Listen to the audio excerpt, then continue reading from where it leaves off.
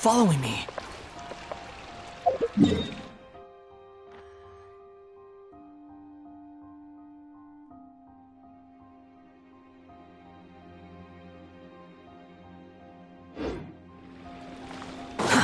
Too slow. Squall and Fury!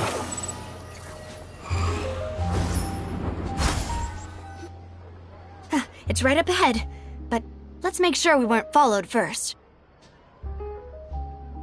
I've been keeping watch, Demoiselle. I haven't spotted anyone suspicious thus far. Very good. But let's not let our guard down for now. I shall find rooms for our respected guests. Thank you, Malus. Now, let's continue, traveler.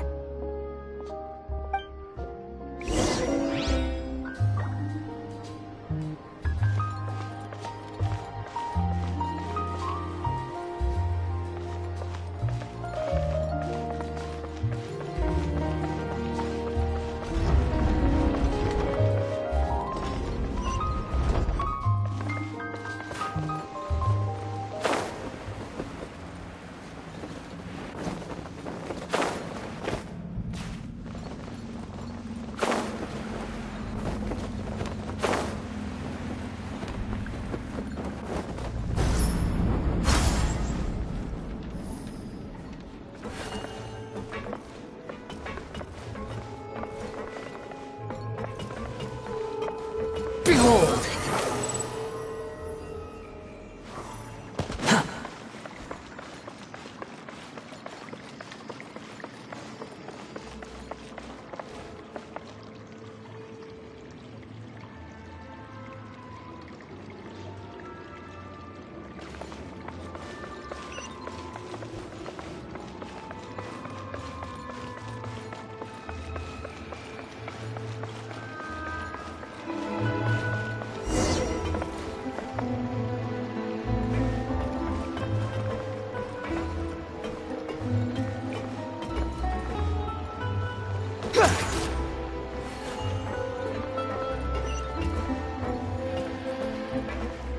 Quit following me.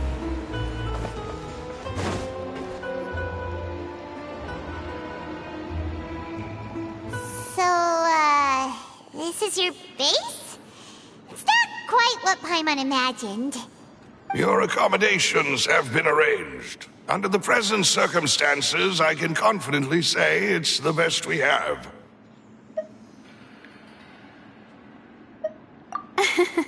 Well, our funds have been a little tight lately.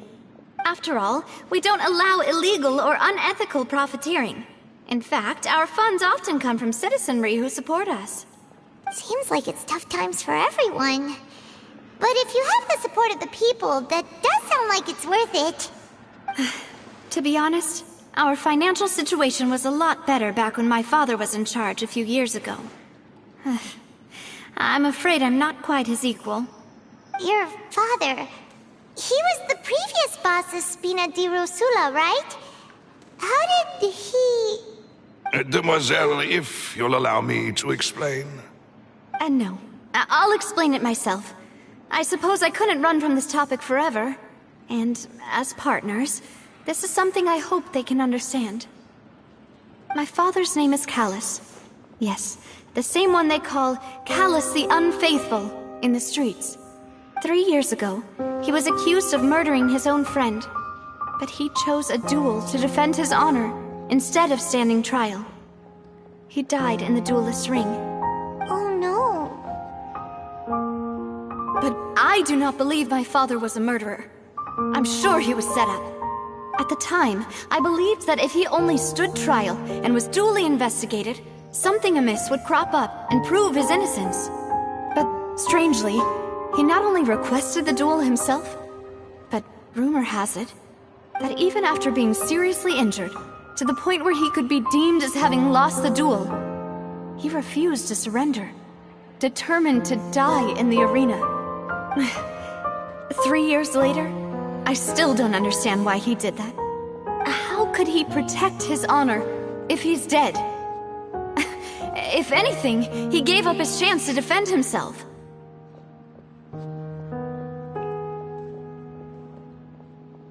The closest piece of info I have is that my father had been investigating the serial disappearances case at the time of his death. Ah, so that's why you're so determined to get to the bottom of that case. That's right.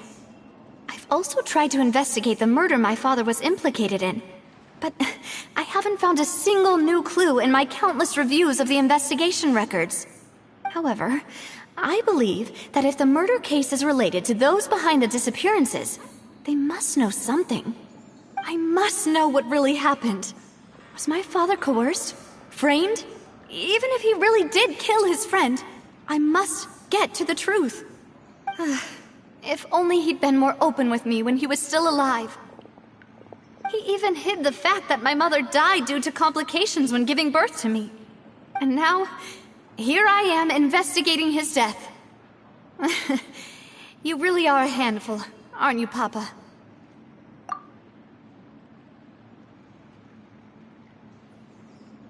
Demoiselle, please, if there is anything I can do, anything at all. I also will never believe that Master Callus murdered anyone. There are none whom I respect more than the two of you, Demoiselle. Master Callus did so much good in life, yet all it took was one murder case for him to be dubbed Callus the Unfaithful.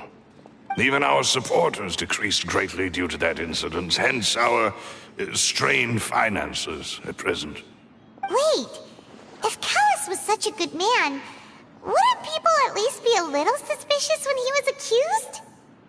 No. Perhaps people just revel in that kind of drama. It's not something exclusive to people from Fontaine, really. Everyone's like that. People love watching the evil turn over a new leaf, but they also enjoy watching good people fall into an abyss from one slip-up just as much. But how could... never mind. If Callus was really falsely accused, we have to find the truth. He didn't deserve to have that happen to him. There is one other thing. Master Callus's opponent in the duel was Miss Clorinde.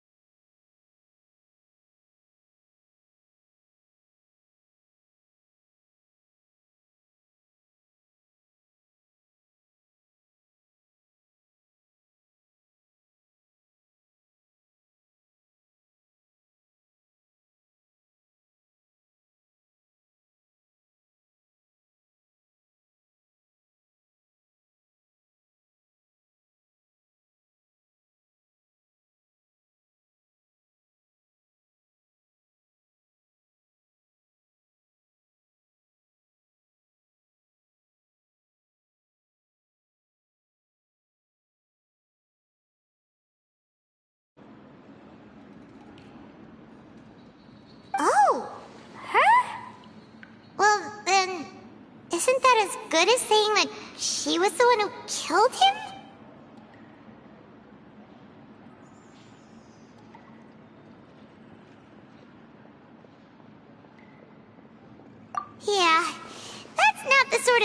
you can just let go and move on from. Miss Clorinde has always placed great emphasis on the honorable nature of the duel. If her opponent doesn't yield, she will not stop either. She knew Master Callus beforehand and greatly respected him, but seeing how he was resolute in the arena, there was only ever one choice she could have made. It's not that I don't understand her at all, but I just can't deal with this yet. Don't worry, Navia. Paimon knows how you feel. You don't have to force yourself to do that. Afterward, Miss Clorinde told us that at the start of the duel, Master Callus requested that she ensure Demoiselle Navia's safety.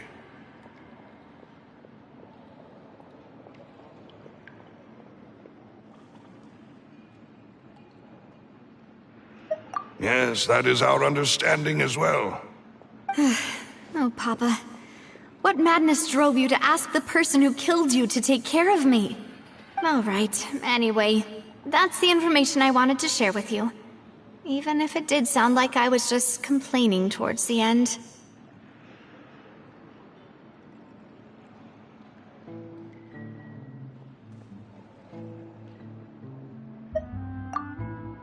Thanks.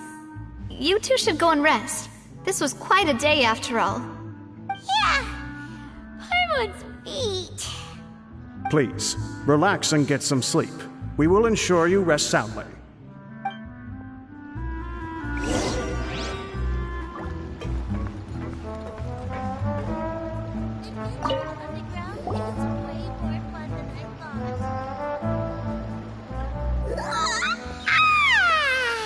Paimon slept so well.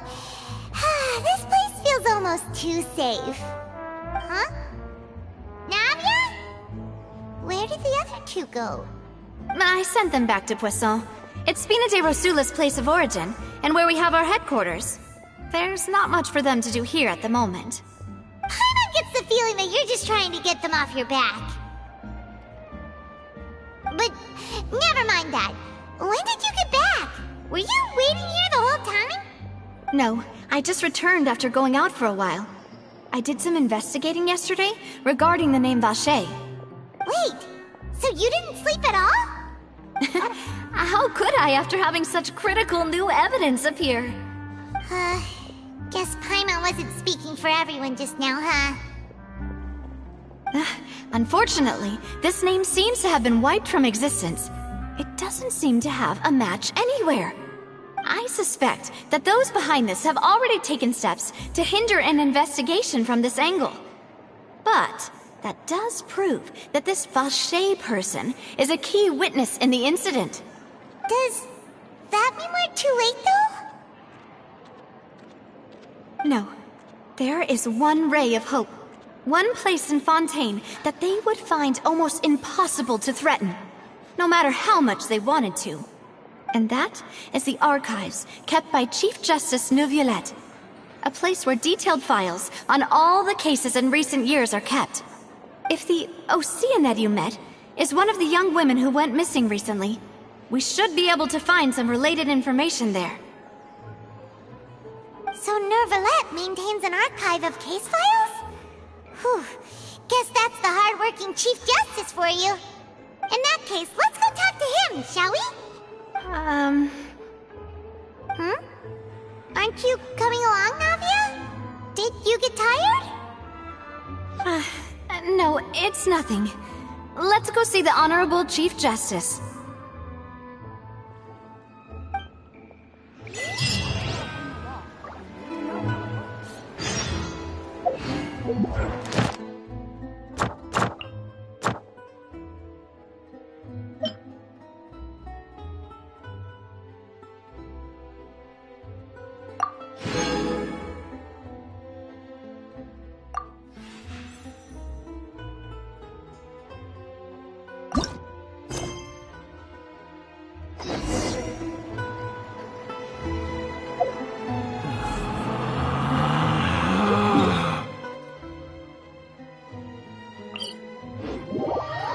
The Palais is right up ahead.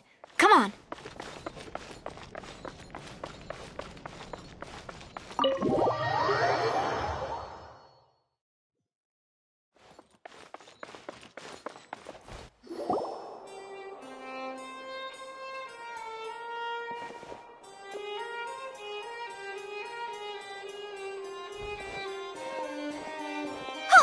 Please state your business here. The Chief Justice is presently occupied with official matters. Huh. This place does look pretty heavily guarded. Guess that proves that Nervalet's files are really secure. Hey, don't you recognize us? Huh? Who are you? Just to be clear, I don't care who you are or who you might be related to. Our rules make no exceptions. See? They've got great discipline, too. Yep. Paimon can tell. If you're here just to crack jokes, I can point you towards the exit. Unlike some, we're busy, so please leave if you don't have a reason to be here. No. What I meant to say is, shouldn't you remember us from a few days ago? We were at the trial of the great magician Linny. Oh, yes, I remember. I read about it in the Steambird. You must be Linny's attorneys. It's all coming back to me now. We're here today to report and archive some information on a follow-up case. Huh. Is that even a thing? Of course. Don't worry. We're here on official business. You can trust us.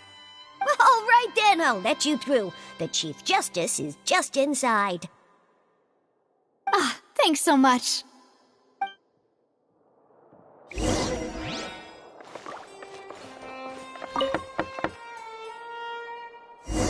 Please come in.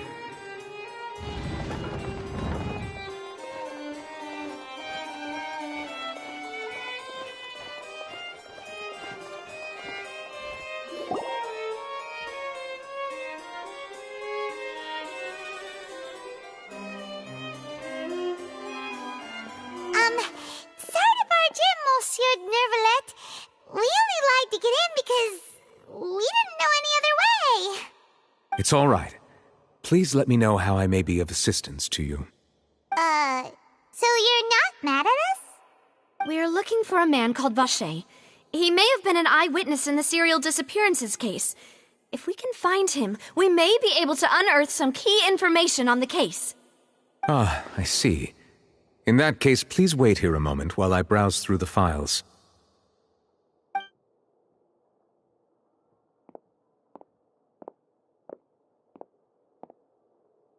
Who knew that Nervalet would be so easy to talk to?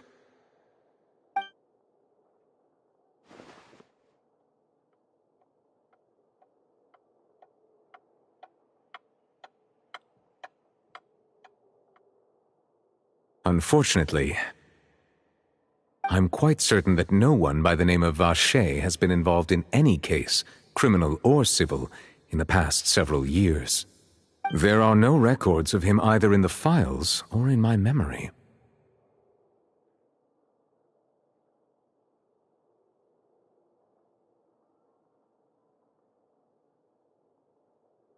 Traveler, what if it was really just a dream? Is that so? All right then. Thank you so much, Monsieur Neuvillette. We'll take our leave now.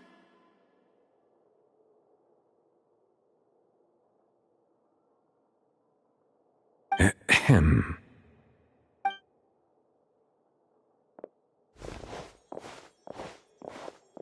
Miss Navia, I can understand how you feel. Your father, Callus, was a truly exceptional man. We deeply regret his passing.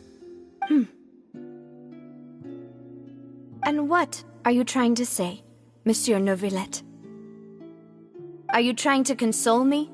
Extend your sympathy? Or just express some tendril of regret? No. You are not trying to do any of that. I can hear it in your voice. There's no emotion behind your words. You only said those things because you felt like you should. It's just like last time.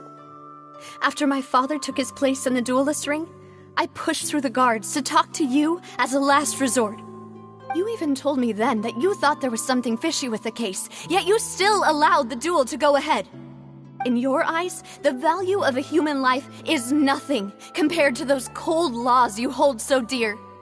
If you truly regret my father's death, Then why didn't you call a stop to the duel?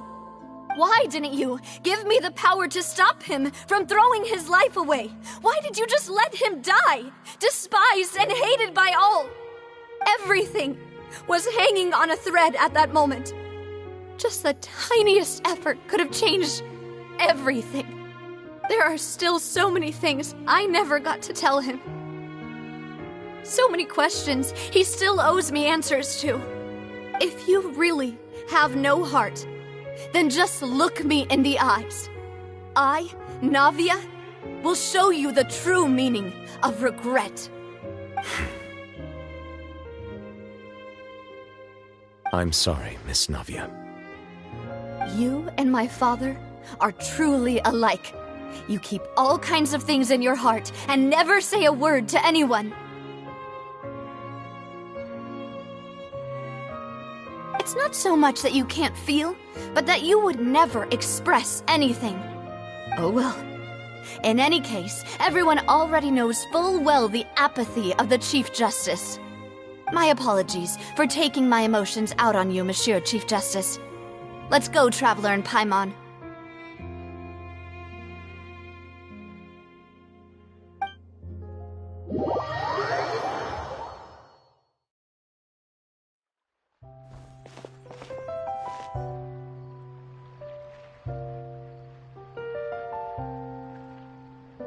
Navia, are you okay? I'm fine. Rain. It's raining. You're right. Wasn't it still sunny when we went into the building? And there shouldn't be any active trials today. How strange. Now that I think of it, on the day my father was convicted of murder, it was also raining.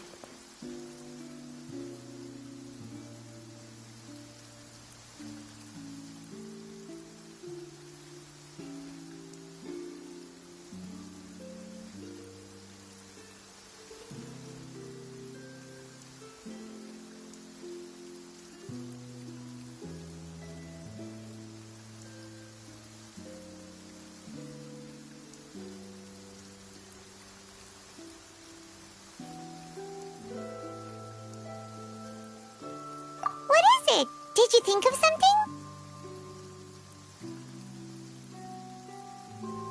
Yeah, he was outside. It was uncovered and the rain could fall there. Why? Do you think the rain could have affected the crime scene? That thought has occurred to us before. We've even expanded the search area to try to account for that, but didn't find anything of value. Oh? Wait. You don't mean... So you're saying that the true murderer could have been turned into water and then got washed away with the rain? Yeah, and if that's what had happened, then no one would have believed your dad, even if he explained what he saw to the authorities. I really think I found a true genius for a partner. You're completely right. How did I not connect the dots earlier? All right, let's go to Poisson. With this new lead in mind, we'll get to the bottom of my father's case for sure. Yeah, we're gonna make progress for sure this time. Do you want to go with me now? Or do you want to head over by yourself later?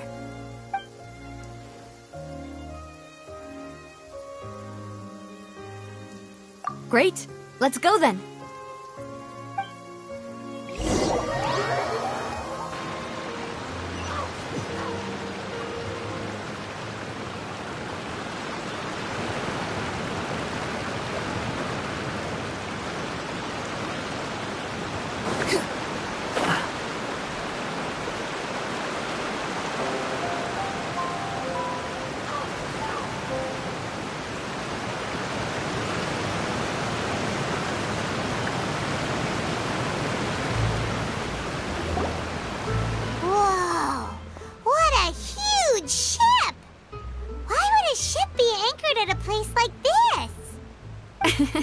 There's no need to be so surprised. While it may look like a ship, it's actually Spina di Rosula's headquarters. My father was the one who asked for it to be built like this. Perhaps our taste in exterior design is the only thing we occasionally had in common. A gigantic and glamorous ship embodies discovery, opportunity, ambition, and conquest. It symbolizes Spina di Rosula's bright and limitless future. And Paimon thought you were bluffing when you said Spina di Rosula had a glorious past. Paimon was confused why a group with such a history would live in the sewers. But now that Paimon has seen this ship for herself, she's been convinced. Well, Poisson is where Spina di Rosula began, after all. It's our main base, our home.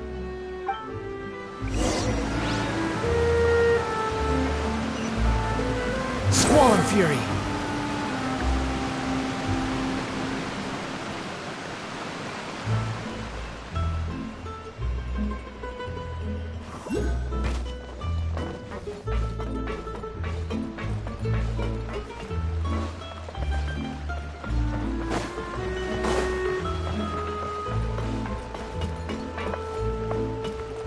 I'm just saying, if you play with...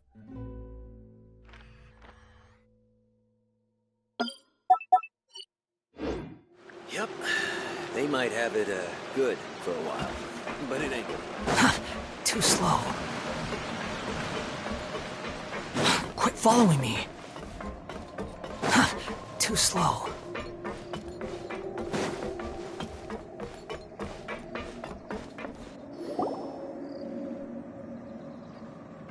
Maloose, we're back! Apologies for the wait, demoiselle, and our most important partners. You said before that you still had some business at the court. What brings you back to Poisson so quickly? About that. It's because my partner here reminded me of something really important. You see, what if my father's case had something to do with water from the primordial sea? You still remember, right, Maloose? On that night, it was raining? Yes, the case was quite similar to that of Mr. Linney's. Both were what you'd call impossible murders. Could you tell us a bit more about what happened before? Yeah, of course. Many years ago, something called synth began to gain popularity in Poisson. At a glance, it was a kind of drink that could excite your mood and produce many pleasant hallucinations. Wait! Didn't that guard guy who turned into water also mention that the primordial water could be used to produce some kind of potion? Yes, he did. Considering what we know now, it's almost certain that synth is created using water from the primordial sea. If you drink synth for an extended amount of time, you'll suffer many side effects, such as losing the ability to focus or control your emotions. And if you were to stop drinking it completely, you'll experience flashes of paranoia and anxiety while lacking energy to do anything. It's an extremely dangerous substance. As he oversaw Poisson, my father was compelled to put a stop to synth abuse and called for a complete ban of it. Boss's uncompromising attitude incurred the synth vendor's wrath, but no matter how much they threatened or bribed him, he refused to yield. Not only that, Boss became determined to find the mastermind behind the synth operation and put an end to the problem once and for all. Yes, but the enemy was very cunning.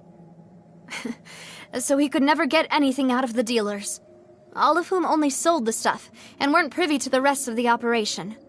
Recognizing that, my father decided to contact the dealers in secret and cultivate personal relationships with them. Finally, he was able to convince someone to become his informant. The man's name was Jacques. He felt greatly ashamed about his work after seeing many families destroyed by synth abuse. That night, my father hosted a banquet at his countryside estate. He planned to meet up and exchange information with Jacques over some food. But then, we heard 2 gunshots from the courtyard. We raced to the scene and found my father, still holding a gun, and Jacques, who was already dead on the ground. Huh? How did that happen? Aren't they on the same side? Sounds just like Lenny's case, doesn't it? In both cases, the culprit seemed obvious, but neither appeared to have any motive at all. Looking back on it, though, I now believe the most important clue was something we all overlooked at the time. There were pieces of clothing left at the scene.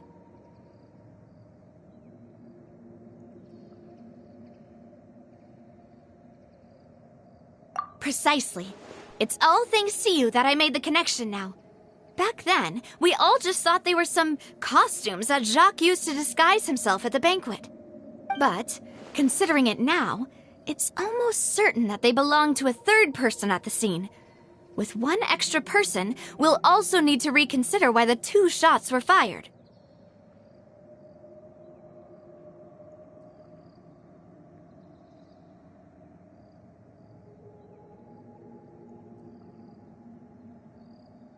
You're right. We still don't know what happened. But my intuition tells me that we're on the right track to figuring it all out. I'm finally headed towards the truth. Jacques was an empathetic man who was infinitely remorseful for his past actions. It's unlikely that he turned on Boss with 0 warning. I think this third person is probably the key to the full truth. On that note, however, even though this will not please you, demoiselle, as your and your father's butler, I must still offer a word of warning. Our opponent is insidious and cruel. They are extremely difficult to deal with, and Boss has already lost his life trying to bring them to justice. Even though Spina de Rosula has lost most of its former glory, Poisson has welcomed a new time of peace, and we have been allowed to live out our lives. There is no need to follow your father's path. It would be both wise and in line with Boss's wishes to step back and give up on the case. If that's indeed what he wished for, then he should have told me that himself. Was I not the closest person to him? And yet, I was the one most kept in the dark. What was the point of him dying without sharing any of the secrets he knew? Did he manage to protect anything in the end? Synth is still here. Callus the Unfaithful is still his epithet. And Spina di Rosula is barely getting by. Nothing has changed. Did he think I'd just accept his meaningless death and live out my life just as meaninglessly? I've never accepted that. Ever. Not since that day, and certainly not now. I want to find out the real answer for everyone's sake. For the missing girls, for the victims, and for myself. Navia. This is indeed the best moment to act. Your partner appears to be quite reliable, and more importantly, demoiselle, I think you're also ready to take this on. So you do know something else, Malus? Yes, I do. In fact, even before that banquet, Boss already knew of the connection between Synth and the serial disappearances case. But what drove all the tensions to the boiling point was the revelation that you, demoiselle, had been selected as the next target to disappear. What? Boss also didn't tell you that he had been diagnosed with a rare illness. The doctors told him that he had no more than 5 years left to live, and the serial disappearances case caused him great anxiety.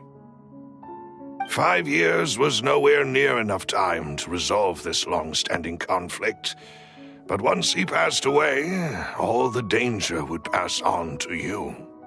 Knowing all of this, he decided to use one final intimidation tactic before his death.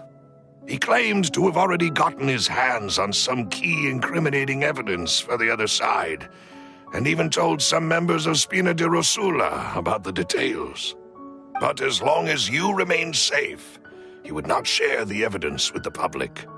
If something were to happen to you, then he and all those he told would immediately expose all they knew about Synth and the disappeared victims. Right, so nobody would be able to get off scot-free. As we've seen, Boss's tactic has worked. Even though Boss has been gone for a long time, the other side has not tried to take Demoiselle's life. No, I don't believe it. He never appeared to look sick to me. No father wants their daughter to see them weak and haggard. especially someone as proud as Boss. To him, dying in a duel and suffering lasting dishonor as the unfaithful was still far preferable than losing face in front of his daughter. So he chose to die in silence, so that he could protect me. I'm afraid you're not understanding this correctly, demoiselle. What Boss wanted to hand to you was not a parasol, but a sword. If Boss's spirit could hear you telling me that you want to find the answer for the sake of everyone involved, I'm sure he'd be extremely proud. That fool. Couldn't he have just given it to me straight? No. He might have set up everything precisely because he never thought I'd be able to understand him. Is that the amount of confidence he had in me? And what if I was never able to make it to where I am now? Yeah. I suppose that's true. With the way he'd set things up, if I had wanted, I could have just lived out my life without a care in the world. But thankfully, he rarely talked to me about complex matters, and thus understood little of me as a person. In this case, he really didn't need to give me an easy way out. Malus, what was the key evidence that he shared with you? It's the location where synth is produced. Essentially, it's the enemy's headquarters. When he was threatening the enemy, Boss didn't share the specifics of the incriminating evidence he found. But if you want to use it against the enemy, you'll still have to take several things into consideration. Why? If we know where the place is, can't we just go storming in? You mustn't forget that we're fighting against a mysterious and dangerous organization that's been in operation for decades. There's no telling what might be lying in wait at their headquarters. We also have no idea what kind of evidence we may be able to find inside, nor what people we may be able to capture. But a single visit to their headquarters would be tantamount to a formal declaration of war. The worst case would be that we leave empty-handed, but also open ourselves up to full retaliation. Then, in that case, why not work with the Fontaine authorities? Well, you saw one of them dissolve during Mr. Linney's case. We have no idea just how thoroughly they may have been infiltrated. That's true. Seems my father really had no choice. But things are different now. It should be a lot easier to prove the other side's guilt, now that we've connected Synth with the disappearances case. You sound like you've put a lot of thought into this, Malus. I am the butler, after all. I live but to serve the boss and Demoiselle's will. I've always been willing to take on any kind of risk for your sake. But considering my relative lack of ability, I've spent my time keeping secrets, performing basic investigations, and waiting for the right time to come. Thank you for all of that, Malus. Have you discovered anything new in the past few years? Let me think. One conclusion I came to was that the enemy must be quite familiar with Spina di Rosula, or at least have an informant planted here. When I announced orders to the organization's members on Demoiselle's behalf, I used to deliberately keep a few people in the dark and observe the reactions of the synth vendors. If the vendors didn't change their plans, then the individuals informed of our orders must be innocent. If the vendors packed up and fled, however, then someone must have given them the news. After several rounds of testing and investigative tracing, I've narrowed the suspect list down to 3 people. The first is Clorinde, Spina di Rosula's senior advisor. Huh? Florent? Yes, surprising, isn't it? He was one of the people Boss trusted the most, which also means that he was someone who understood Boss really well. Thanks to his position within Boss's innermost circle, he always knew our upcoming plans and could thus avoid capture this whole time. There's someone else like him too. Marcel, the head of Confrérie of Cabrières. Uncle Marcel. It's a guild in Poisson. A boss helped it to grow to its current size and prominence. In the beginning, they were only reselling some daily goods, but now they're one of the richest guilds around, with a lot of business connections in the city. So, they're like a sister organization of Spina di Rosula? Yes, you can say that.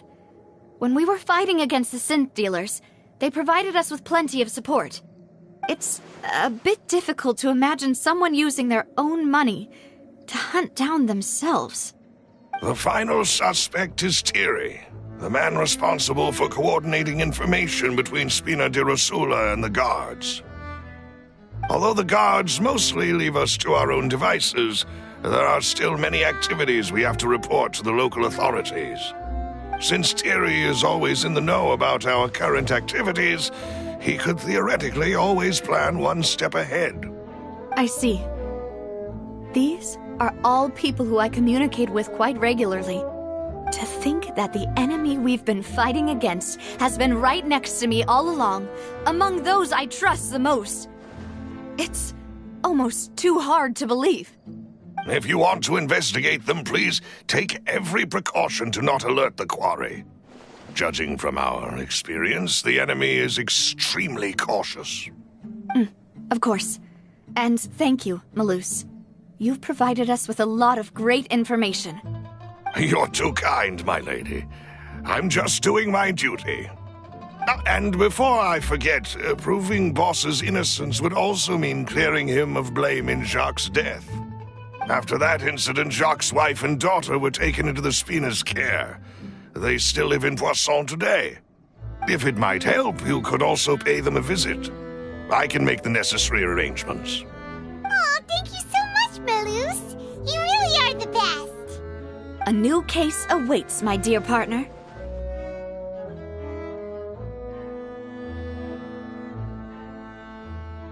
I hope we can work together to uncover the truth and end this case once and for all.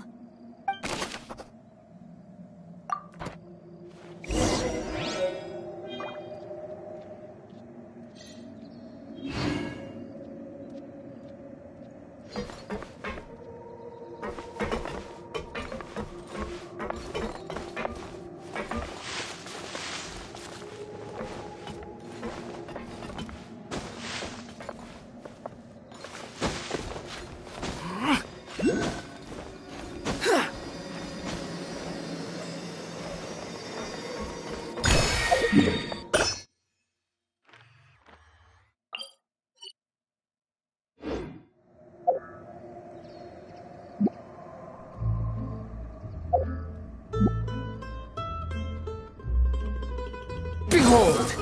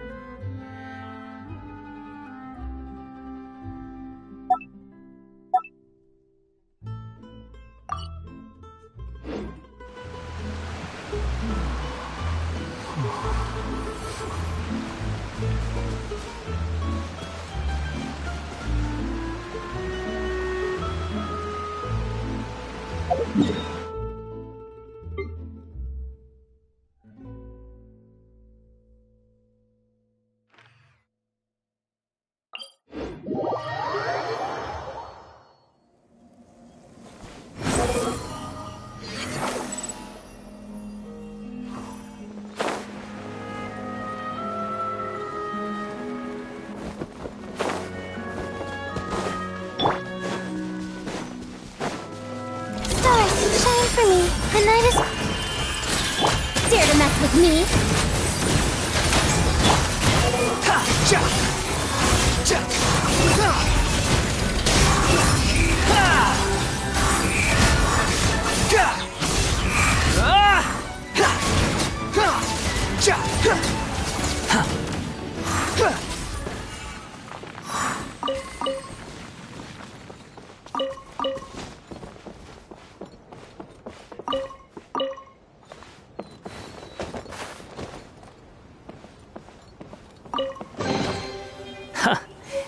You even want this?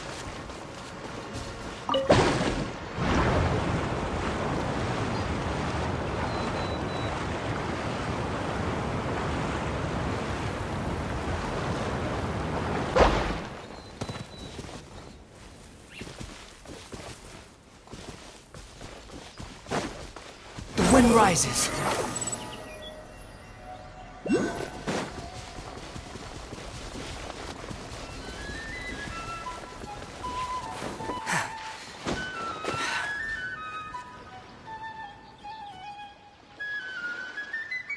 Behold!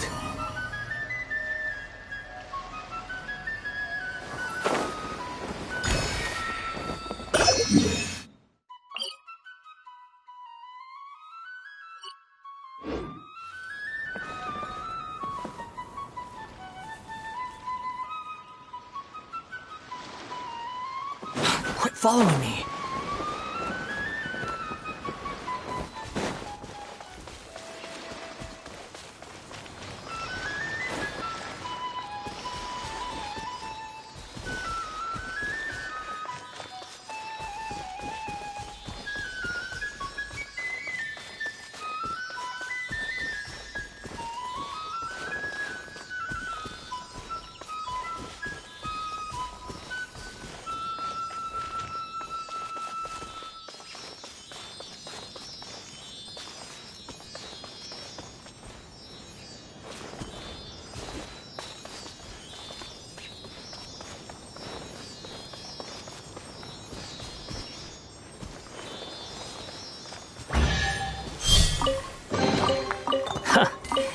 You even want this?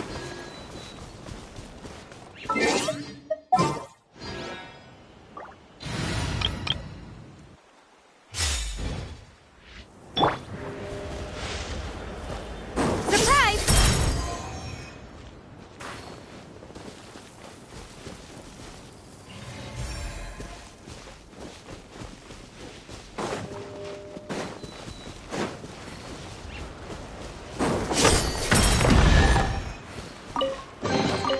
The scent of treasure.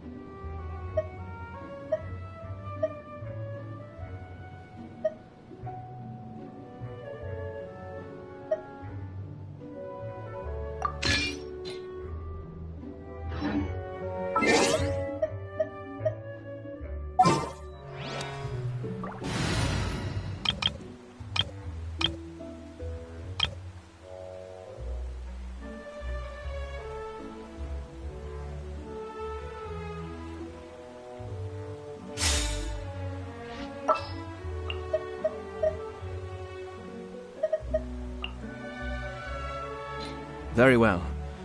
I shall put my official duties to one side for the moment.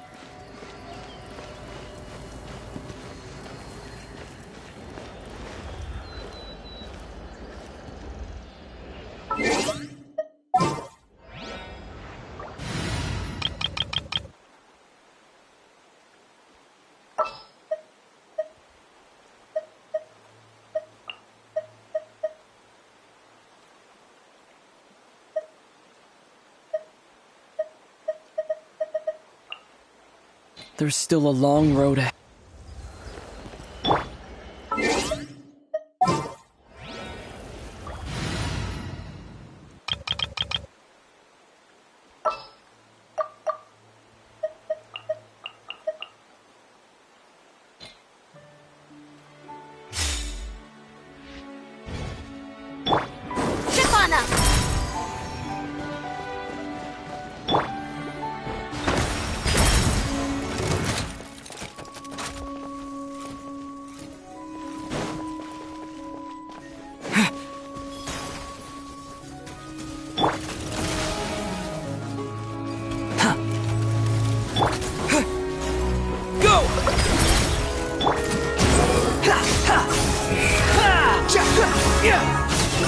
Search for it.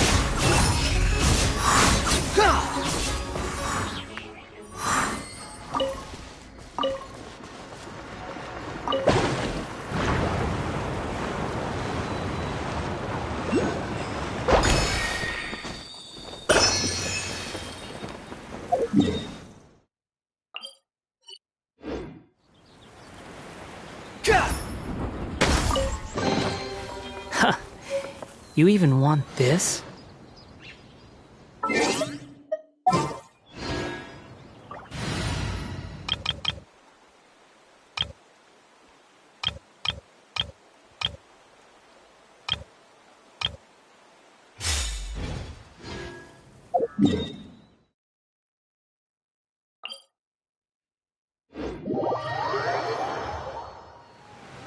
The wind rises.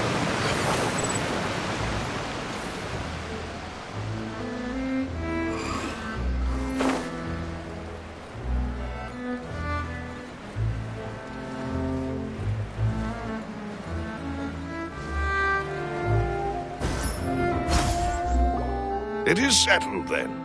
Please excuse me, and enjoy your conversation at your leisure. Thank you for arranging everything for us, Malus. Excuse me, miss. Do you need anything from us? Oh. Hey, Navia's all quiet. This isn't like her at all. I'm sorry that I only came to visit after all this time. After what happened, I didn't know how I was supposed to face the two of you. Ah, if it's about that, there's no need to apologize. After my husband died, Spina di Rosula sent us a lot of mora and support. I understood your guilt and apology to be genuine. But aren't all of those things nothing compared to the loss of Jacques? I can understand the kind of pain that comes with losing a father so needlessly. You don't understand at all. I didn't know how to face you, because I didn't know what I could possibly bring as a consolation gift. I know only the full truth could bring closure to you, and to all of us. Mm-hmm. I'm sorry. I appreciate the sentiment, but you don't have to carry all that guilt.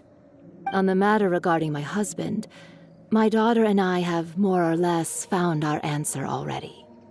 Would you mind sharing it with me? I really can't believe that my father could ever bring himself to shoot Jacques. I always knew that my husband's money was earned through others' suffering. He told me countless times that if he could turn back the clock, he would never go into the synth business again. He had many regrets, and felt that he took the idea of providing for his family too literally. For the longest time, he thought Mora was everything. So when Mr. Callis came to him with a proposal, he accepted it almost immediately.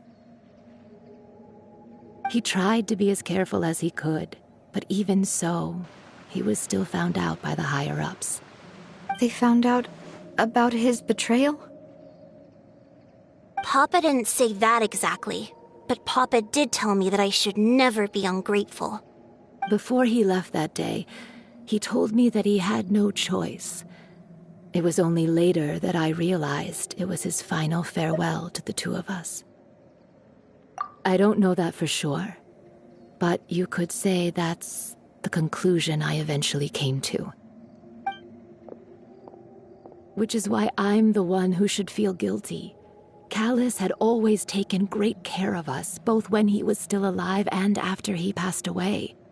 Even if he fired the shot that killed my husband, it was likely in self-defense. It is impossible for me to hate him for what he had done. But Mama, why is Papa still the bad guy if he did the right thing? Papa always wanted to be a good man, so why did he have to do a bad thing in the end? Well, things aren't always as they seem. You still feel like your Papa was a good man, right? Yeah, Papa was a really good man. The best in the whole world. Then you should hold on to that. If a good man had to do a bad thing, then he must have had his reasons.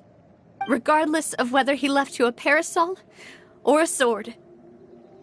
He must have done so to give you a better life. Oh. Thank you for everything you've told me. I will definitely find the truth. The current state of things is not something I'm willing to just sit back and accept. Thank you. I'm very grateful to hear this from you. Even though your personality is quite different from your father's, your determination when you speak is really similar. You really think so? That's the first time anyone said that to me.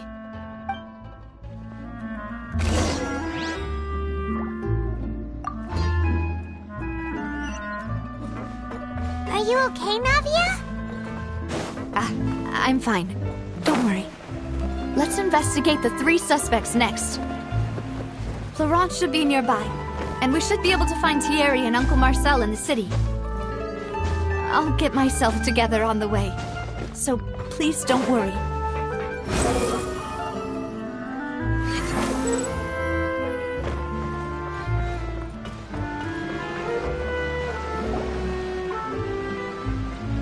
Greetings, boss.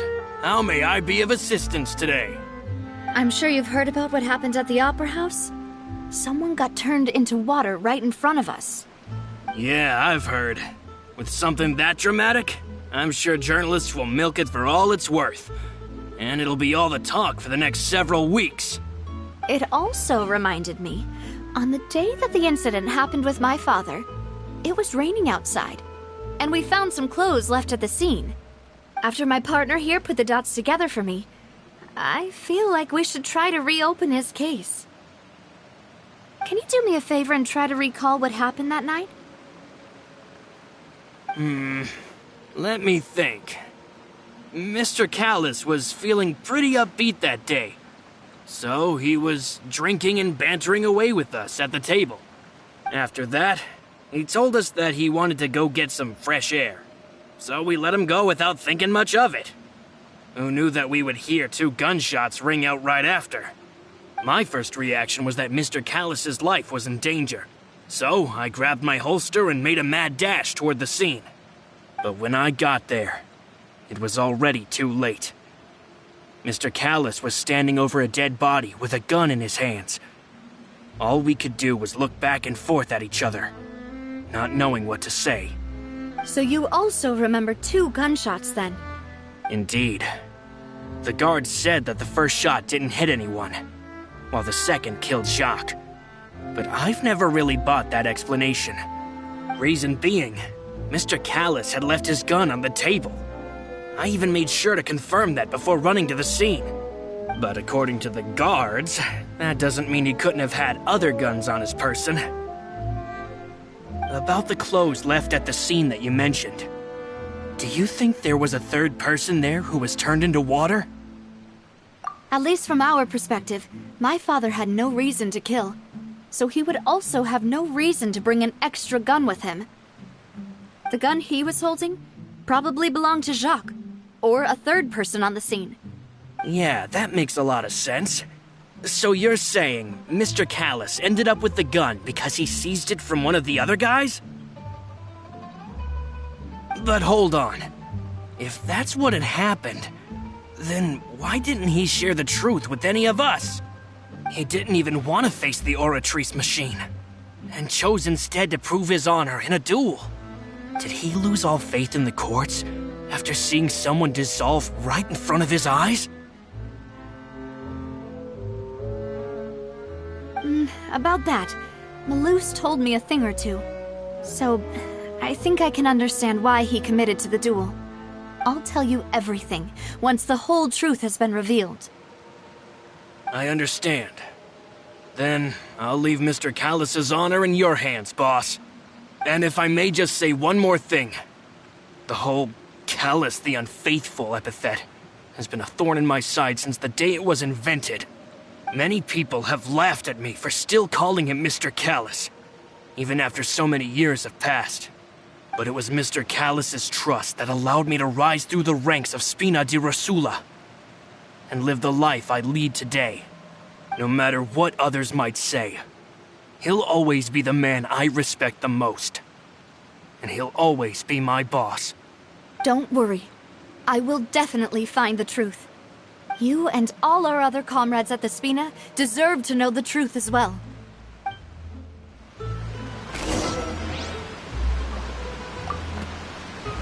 Intel is just like pictures. You gotta invest a lot before you can start earning.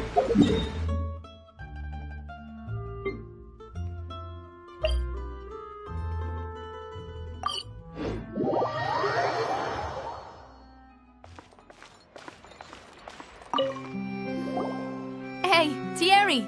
It's me! Oh, now, what brings you here, Miss Navia? I've heard that you made quite the name for yourself at the Opera House. Oh, so you've got news of that already. Oh, okay. Hey, I'm also a member of the Guards, you know. The way you make it sound, people would think I was sent off to Poisson because I had done something wrong.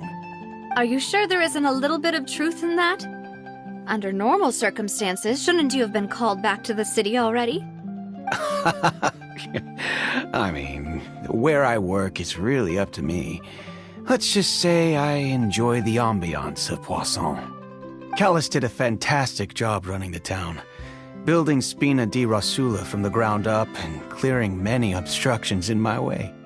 It would be next to impossible for me to find a similarly easy but high-paying job in the city. Anyway, enough chit-chat. Are these two friends of yours? You, here for some formal business? Yes. These two are my partners.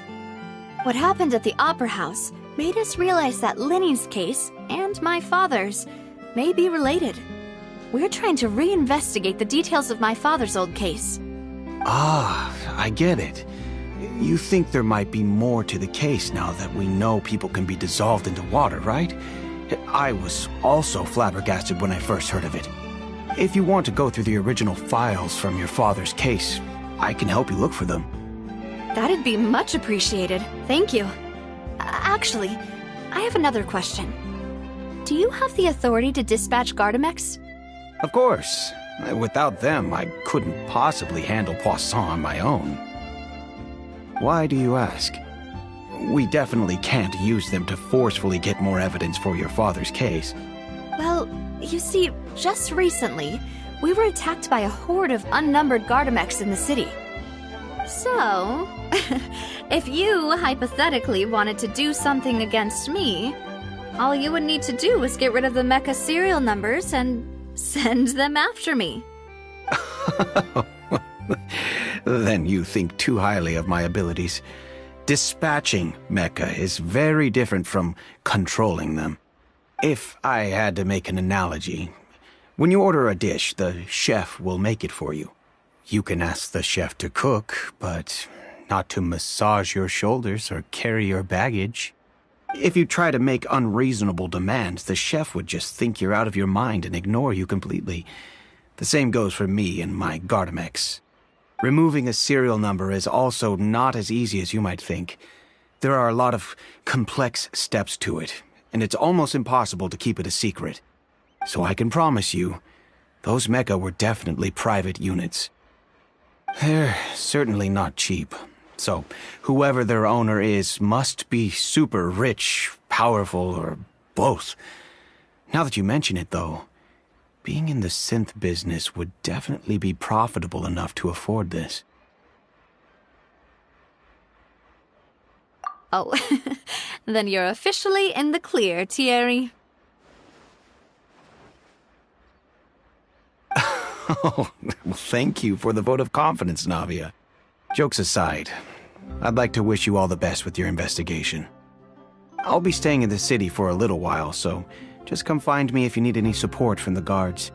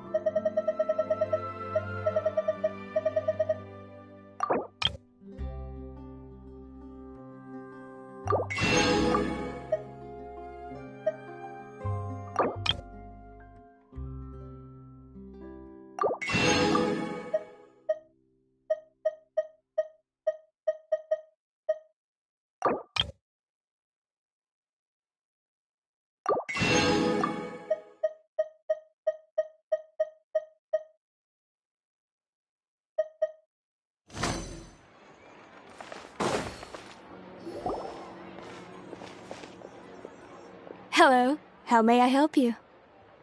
I'm here to see Marcel. Could you please let him know? You can just say Navia's looking for him. Sure. I will let him know right away.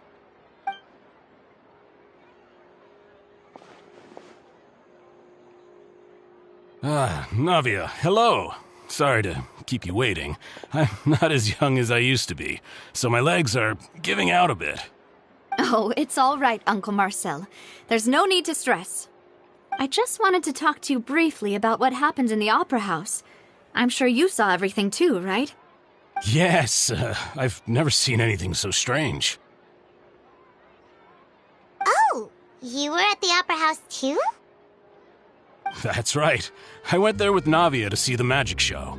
Who knew it would turn into a whole murder mystery? I also witnessed your marvelous sleuthing work. Quite impressive. To beat the Hydro Archon at her own game on her own turf, I can already imagine everyone in Fontaine discussing your exploits over a few glasses of wine. Oh, Paimon doesn't want to become the talk of drunkards.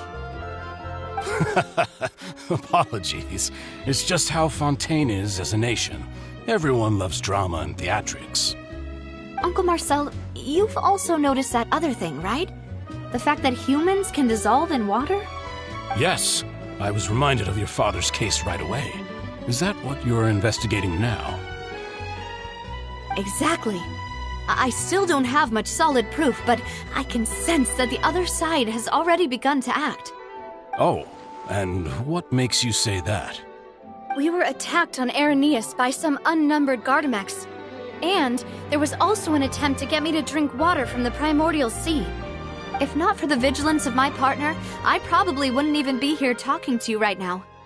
Oh, you're giving us too much credit. Wasn't it you who protected us? Alas, it seems things are heating up again. The peace that Callus sought so dearly will soon become a thing of the past. But rest assured, Navia, Poisson will always remain a safe haven for you. If you're scared, you can always return there. If anyone dares to lay their hands on you there, the Confrérie of Cabrières will use its funds to the last Mora to bring them to justice. Thank you, Uncle Marcel. But I don't intend to go into hiding. I'm going to strike while the iron's hot. Do you have any new thoughts on my father's case? About that. Sorry, my age is catching up with me, so it'll take me a while to recall my memory. The Confrérie was responsible for that banquet, so I was out and about the whole time making sure things were running smoothly. I didn't even have the time to drink with the guests. Then I heard the sound of a gunshot, and the rest was history. Oh, it's okay. No need to push yourself. We'll ask around some more, see if there are any valuable clues elsewhere. Sounds good. Just let me know if you ever need Mora. All my wealth comes from Callus's patronage and support. I'll spend however much it takes to clear his name.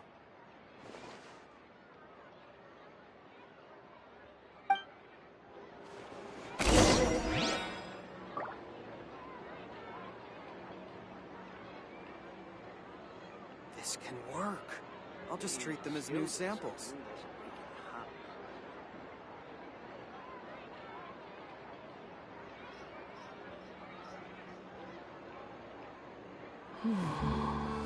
Every scene tells a story.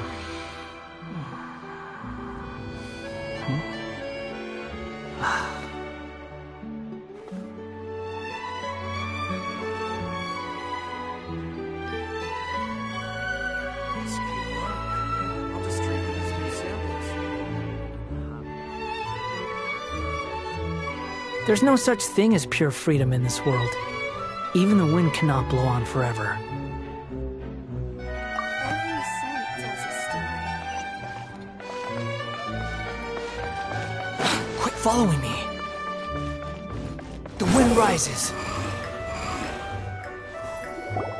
We've talked to all three suspects, purely based on their conversations with me.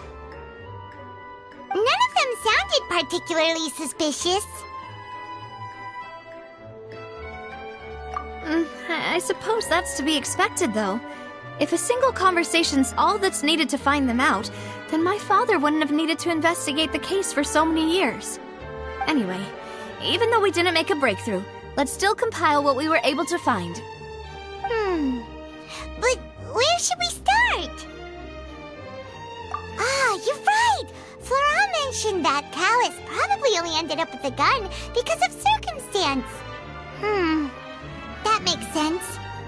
According to Jacques' family members, he already told them that he had been discovered, and that he had no choice before he left home that day. If I had to guess, he probably received an order from the synth boss to kill my father.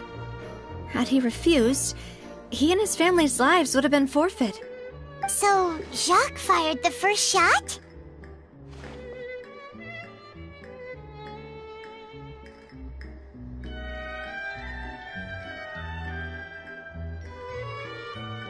Oh? And why is that?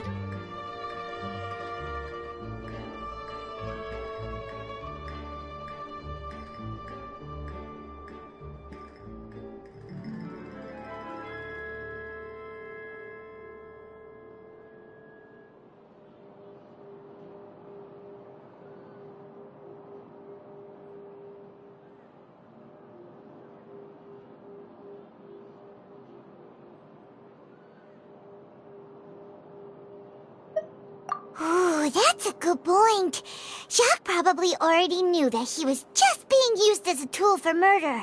And once he had completed his mission, he'd be of no more use to his boss. Huh. So, what would make more sense from his perspective would be to turn his back on the Order and seek protection from my father.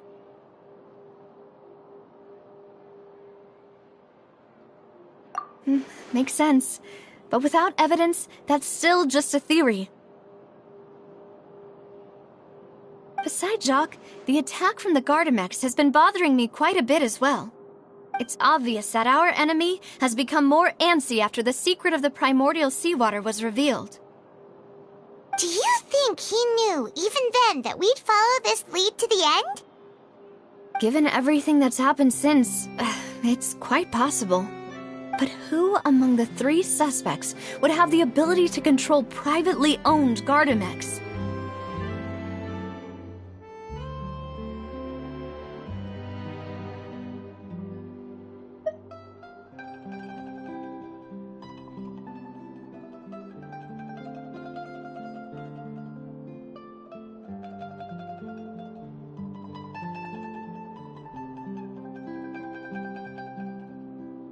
Thierry, you say? Huh. It is possible that he's figured out a way to convert the Gardamex for personal use. But I didn't feel like he was lying when he was talking to us about the mecha. I also don't think he'd be able to keep that kind of tampering under wraps. Yeah. Had he actually tampered with the mecha, we'd be able to prove it with a simple check of the guard's inventory. If the mecha were taken from the guards, it should be pretty easy to find out when and how that happened.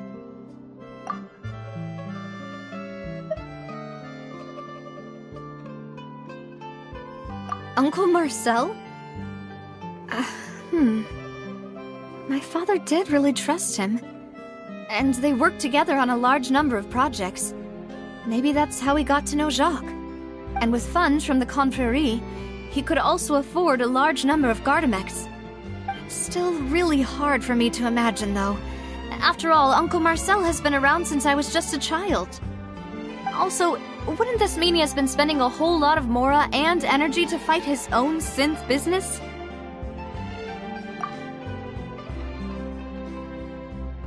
Florent? It is true that he was closest to my father, and thus had the best chance of learning about his dealings with Jacques. But as Spina di Rosula's advisor, his work mostly deals with personnel and security, so he shouldn't have much means when it comes to finances. So you're saying he's too broke to afford a mecha army? Exactly. He can't. And even if he could, I don't think he would be able to dispatch a whole group so quickly. Who could it be?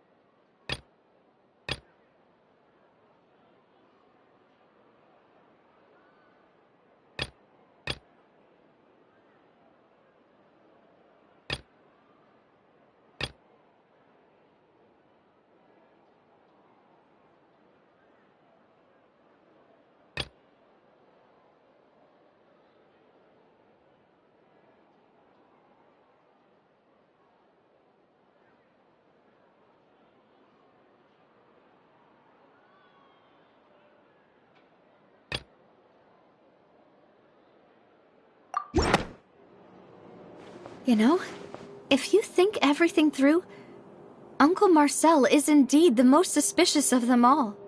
Could we be missing other suspects?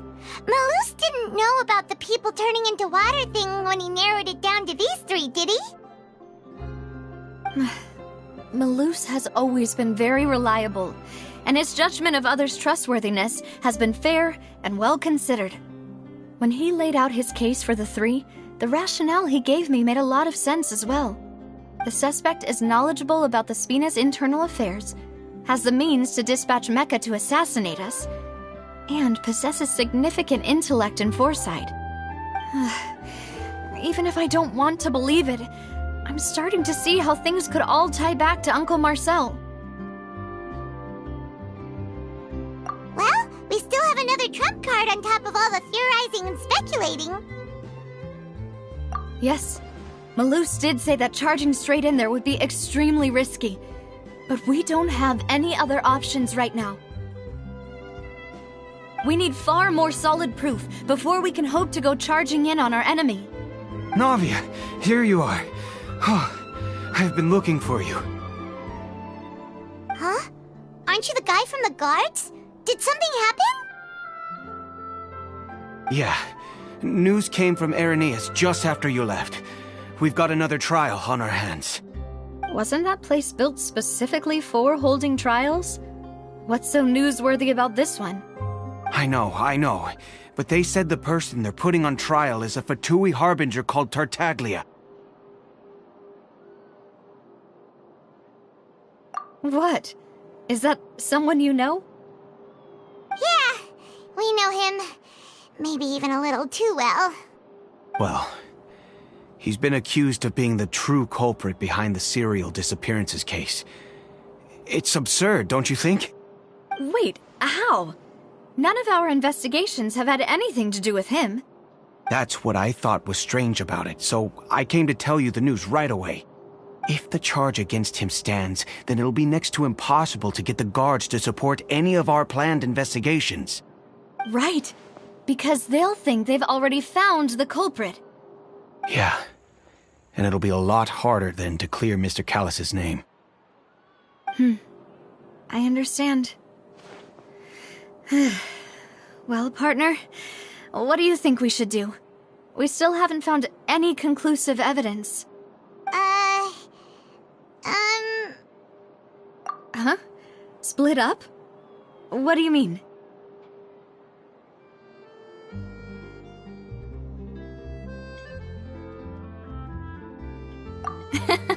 Just as expected of my partner. Since this is a trial about the serial disappearances case, the culprit's attention will be focused on Irenaeus, leaving his home base wide open. You're right. This is our best opportunity. All right then, let's do this. I'll stall them at the Opera House and charge Marcel as the true culprit. I won't have any chance of making that charge stick, though, unless we find more evidence. It'll be up to you to make it back in time and hand the decisive evidence to me.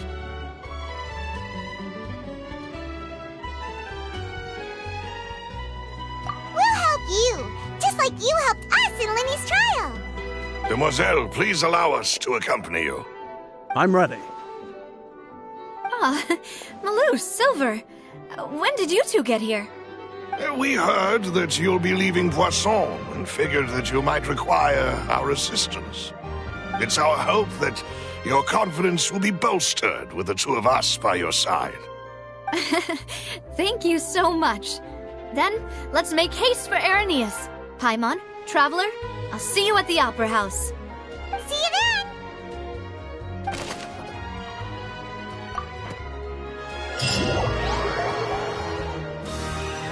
Now that Navia has set out for Irenaeus, we should also get going. The location has already been marked on the map, so let's head over.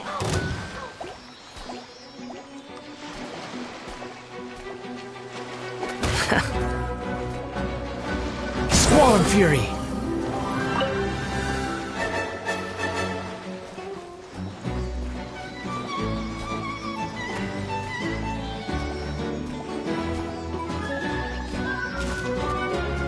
Behold! Yeah!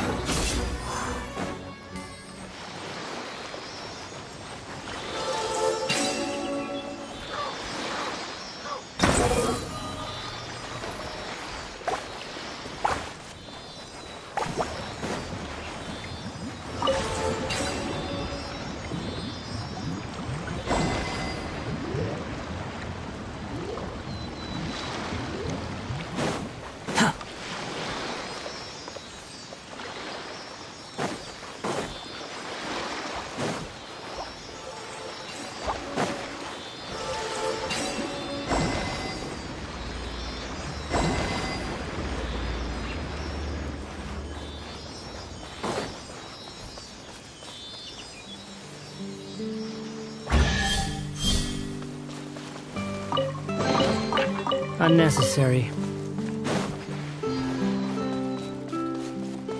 Quit following me.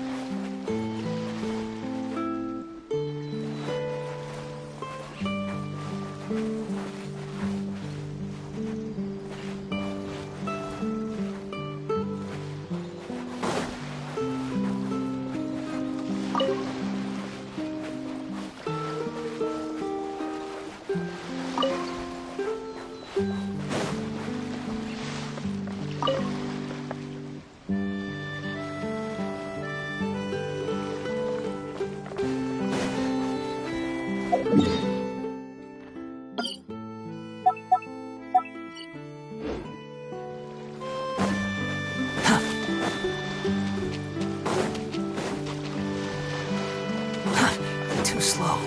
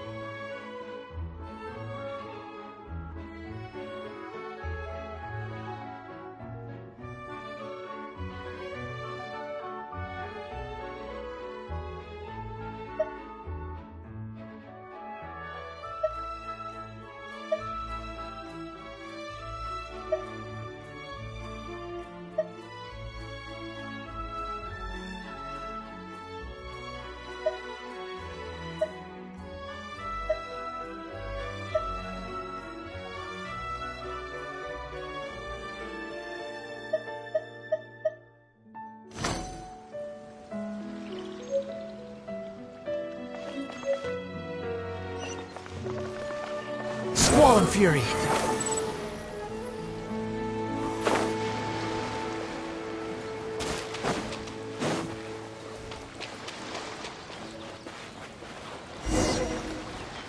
Huh. According to Malusa's info, the synth production base is underwater. Let's go and try to find the entrance.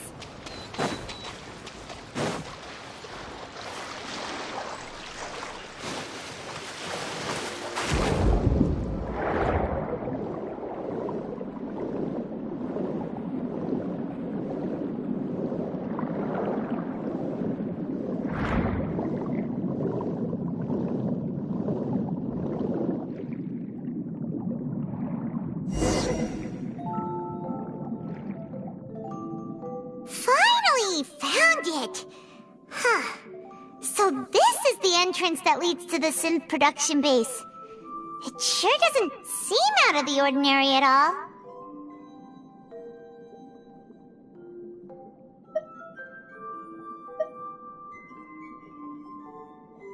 Ah, you're right. An important place like this is bound to have a ton of protective measures and mechanisms. Navia's probably arguing up a storm right now to stall for us.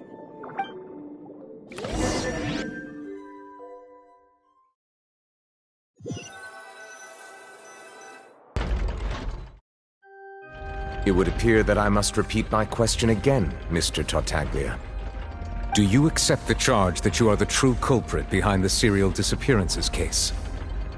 To be perfectly honest, I don't understand your country's complicated court system, or the reason why I'm being charged with something I've never even heard of. However, I did hear that people who have been charged can choose to participate in a duel to clear their name. Is that right? In which case, as long as I accept the charge, I can have an all-out fight with that champion duelist Clorinde, right?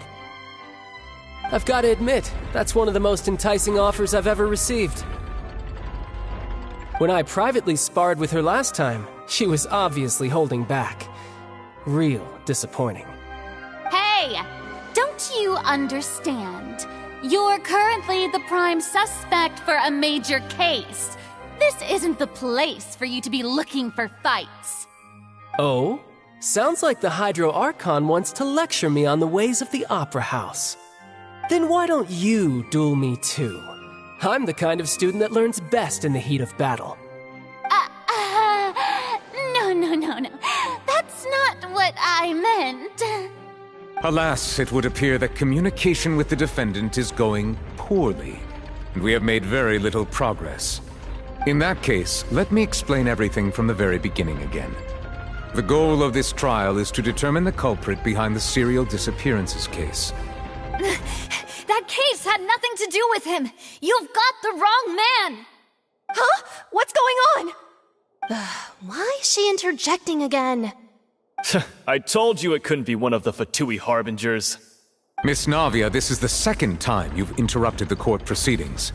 I only tolerated your behavior last time because you were able to provide the court with a key eyewitness. But that was an exception rather than standard court protocol. I can very well charge you with contempt of court for your interjections. Oh, please. Did you ever think I had any respect for this place's pointless theatrics? We can put that discussion aside for now. I'm not here to argue with you. I'm here to charge the true culprit behind the serial disappearances case. And if my charges prove true, then Tartaglia here will be proven innocent by default, correct? Oh, a young lady has charged in and offered to clear my name. How fascinating. Well, I'd gotten half bored to death by all these rules and procedures anyway, so I'll take you up on that offer. So, Your Honor, is there nothing else for me to do now? You may take a seat for now in the audience, but that doesn't mean the suspicions against you have been lifted. Now then, Miss Navia, who is the person you would like to charge instead? That person is...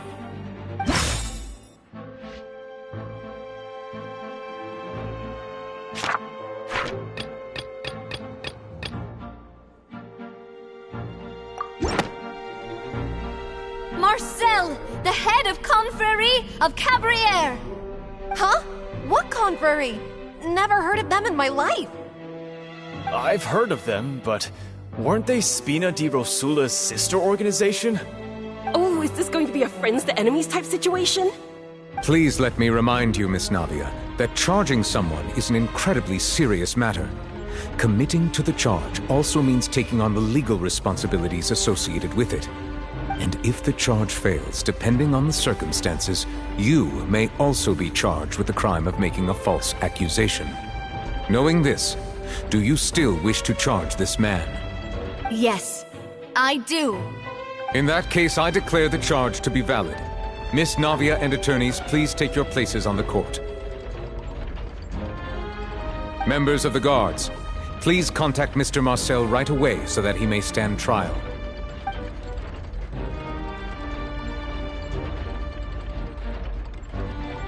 Mr. Marcel, you will not require an attorney. Is that correct? Apologies. It all just happened so quickly. I still haven't figured out what's going on. I think an attorney won't be necessary. This is probably just a misunderstanding between me and Navia. Very well. In that case, since both sides have now arrived, Miss Navia, please present your charges. I would like to take everyone back to 3 years ago, to the case of Callus the Unfaithful. Only through elucidating what really happened in that case can we connect all the dots for the serial disappearances case. Navia, do you really think that I was the one who killed your father? Come on, why would I do that?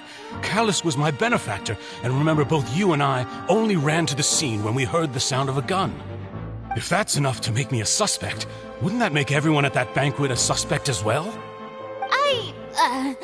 I think there's no point in getting into the specifics right now. The audience doesn't even have the big picture yet. Even I'm struggling to remember some details of that case. Exactly correct, Your Honor. I must refresh everyone's memory about that case before I can explain my charge and reasoning. I see. In which case, I will recount the findings about that case as originally recorded by Maison Gardiennage.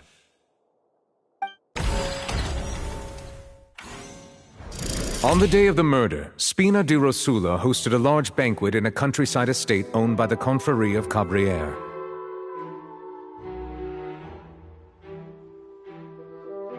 During the banquet, all attending guests heard 2 gunshots from the courtyard. When the guests arrived at the scene, they found the primary suspect, Callus, holding a gun, while his acquaintance, Jacques, lay dead from a gunshot wound.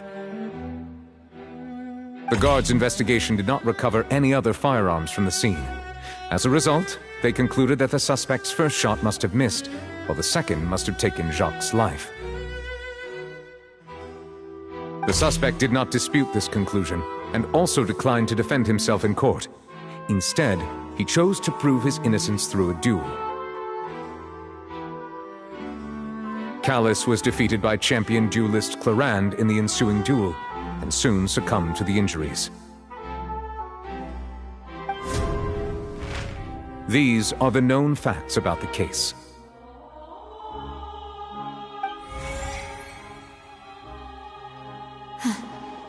The one with the motive to kill was Jacques, not my father. And even so, Jacques still had no reason to pull the trigger. In truth, the third person shot Jacques first, and was shot in turn by my father when my father seized the gun from him.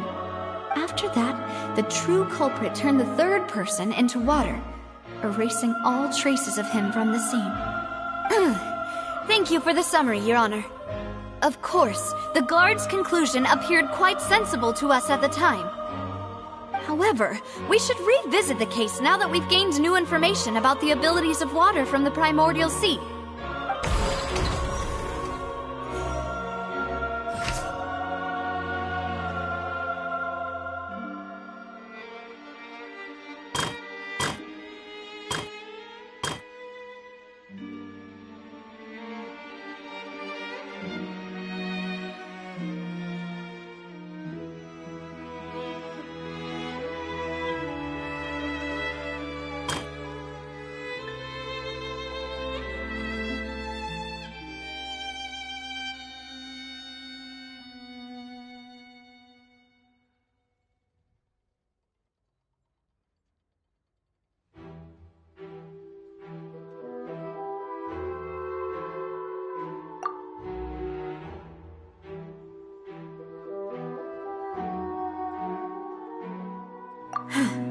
Something's not right.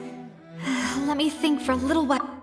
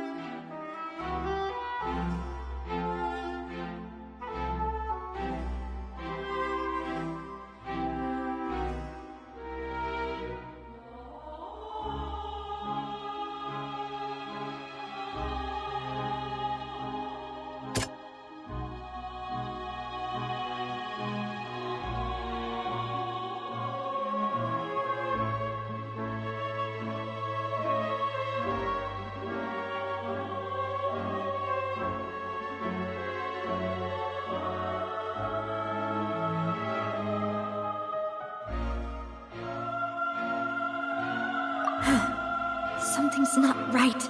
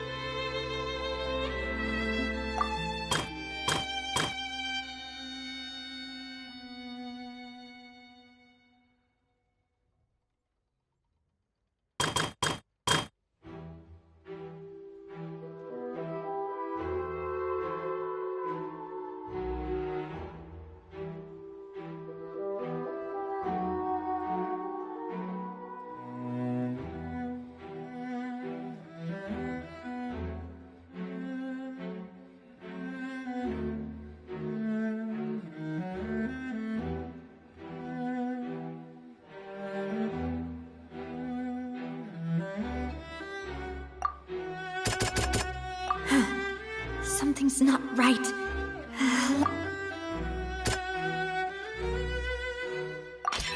This assassin first shot Jacques, then turned to shoot Callus, only for Callus to wrestle the gun from him and kill him instead.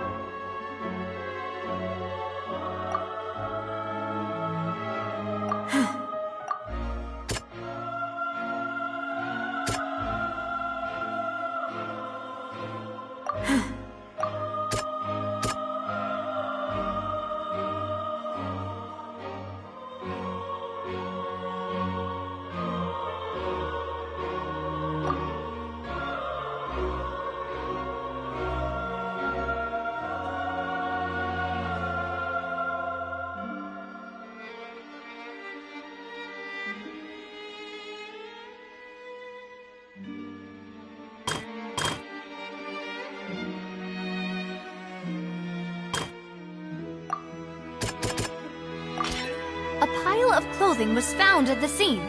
The guards once believed they were used by Jacques as a costume to disguise himself. But now, it is clear that the clothes were proof that there was a third person at the scene, and that they were turned into water after committing the murder. Since it was raining that day, the culprit was confident that they could use the rain to wash away all traces of their dissolved accomplice.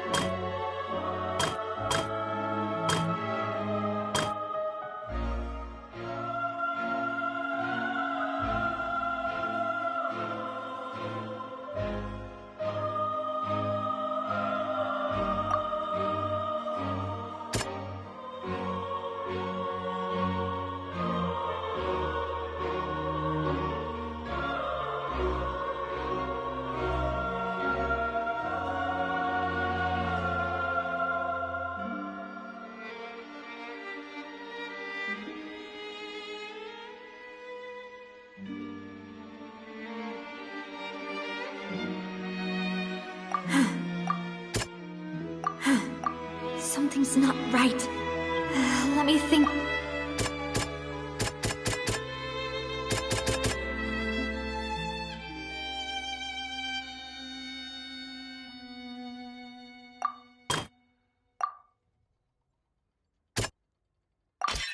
The testimony of the victim's family confirms that Jacques had thoughts of assassinating Callus when he set out for the banquet. However, in the end, he reconsidered, and instead shared everything with Callus, hoping to seek the latter's protection. Unfortunately for Jacques, the true culprit had already considered this possibility, and had sent out another assassin.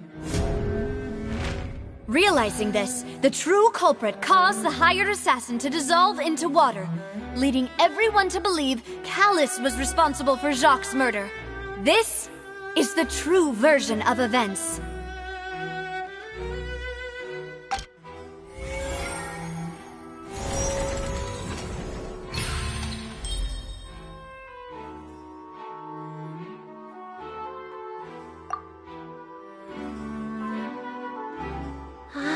That's what happened.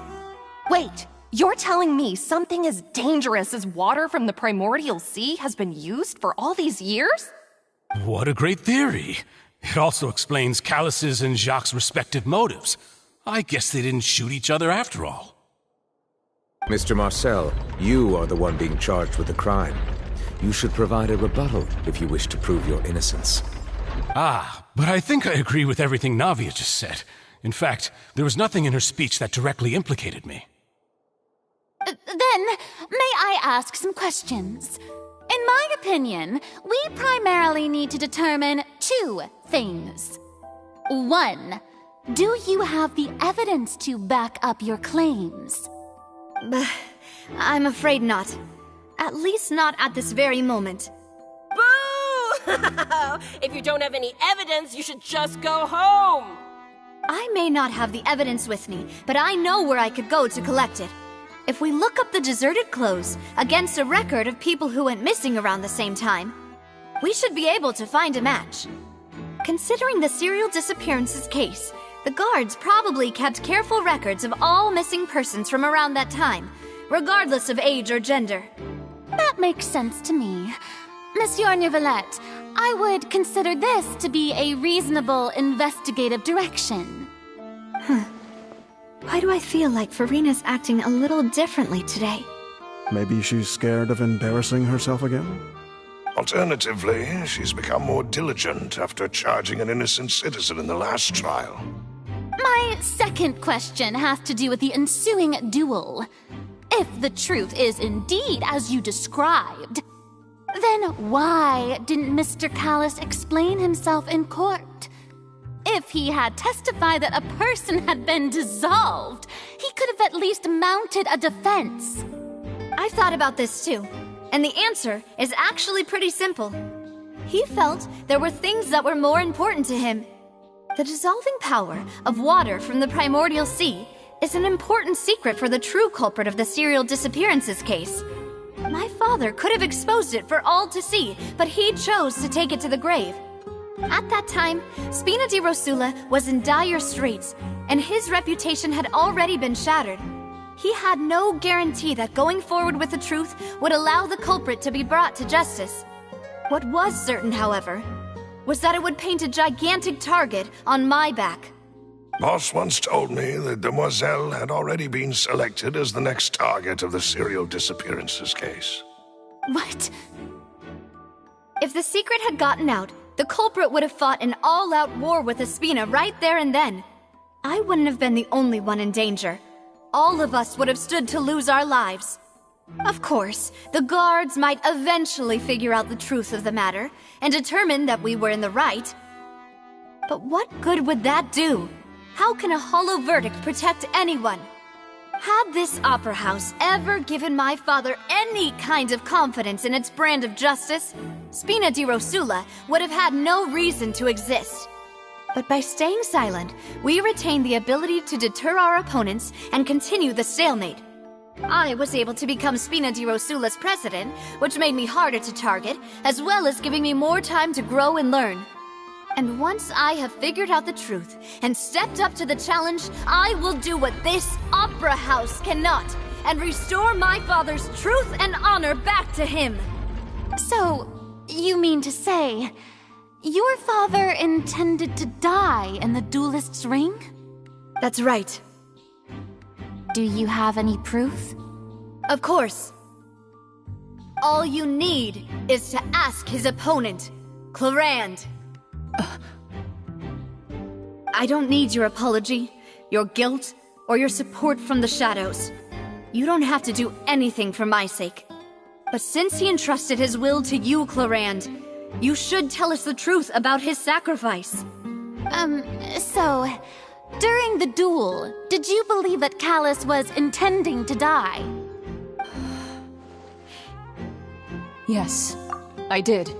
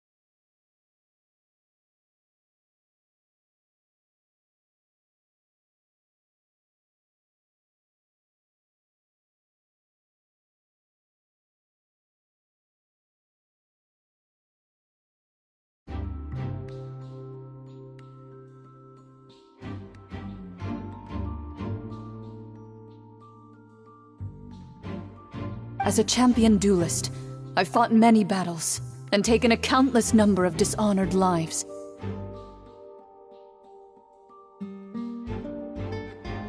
In my line of work, I've seen all kinds of people give their all for the faintest hope to continue living. Some were determined, others passionate, and some even manic and twisted. Just one look and I can tell if a duelist is hoping to live or if they're looking to die. I hereby swear on my name and honor as a champion duelist that Mr. Callus never intended to leave the ring alive. Since that's your testimony, I have no more questions. It appears there really are good grounds to reopen this case. I concur. However, Miss Navia, you still have not explained the link between your father's case and the serial disappearances case. Right? What she said was fascinating, but kind of beside the point. Wait, weren't they just talking about the serial disappearances case? Of course, Your Honor. The two cases are connected via a matter of timing. In my father's case, the culprit intended to kill both Jacques and Callus. As a result, they planned to act after hearing 2 gunshots. And, at the end of Linny's trial, the culprit also only dissolved the victim in front of everyone because they realized they were at risk of being identified. The culprit could only time their actions so precisely if they were already at the scene. Coincidentally, Marcel attended both the banquet and the trial. So that's why you suspected me. Even after hearing your reasoning, I still can't help but find it a little preposterous. I'm used to it, though. You've always been an impulsive and sentimental child, Navia. It's one of your most endearing traits. No need to appeal to pathos. I won't try to refute your points one by one, but even if everything you just said was true, can you prove that I was the only person present at both events? On top of that, does a person have to be physically present to control the timing? Can't someone remotely monitor the place?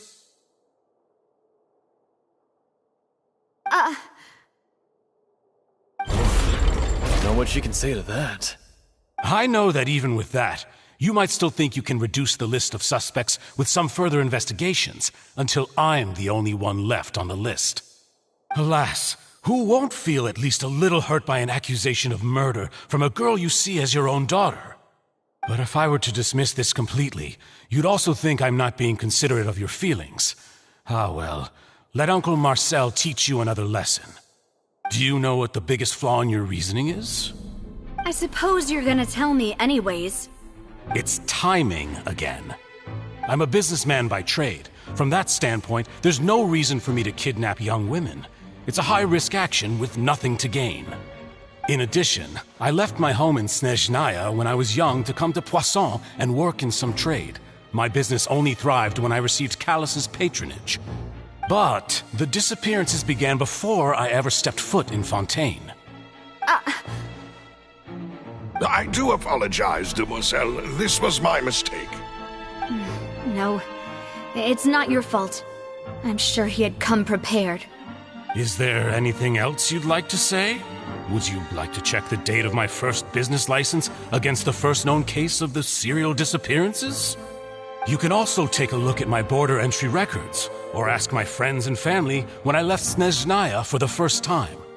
Could those records and testimonies do something to appease the unspeakable anguish in your heart? Seems like she got the wrong guy. At this rate, Navia will be convicted for falsely accusing him. I think you've done a superb job of dissecting your father's feelings as he neared the end of his life. But aren't you going against all of his wishes and expectations right now? He wished for you to become more rational, collected, and conscientious, instead of dwelling only on your own feelings.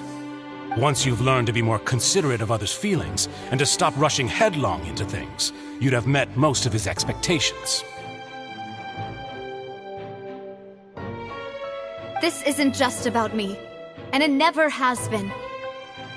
The biggest difference between me and the rest of the victims is that I still have the ability to search for the truth, while that same agency has long been taken from them.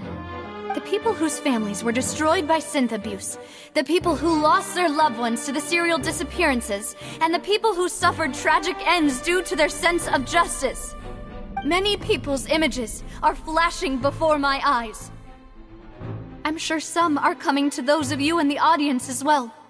And whose image do you see, Marcel?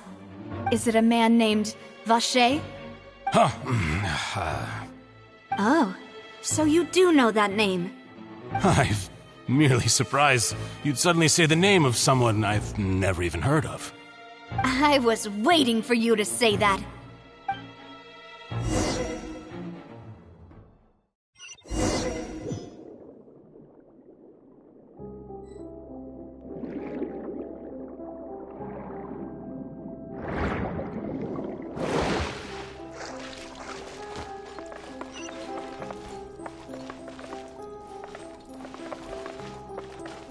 Quit following me.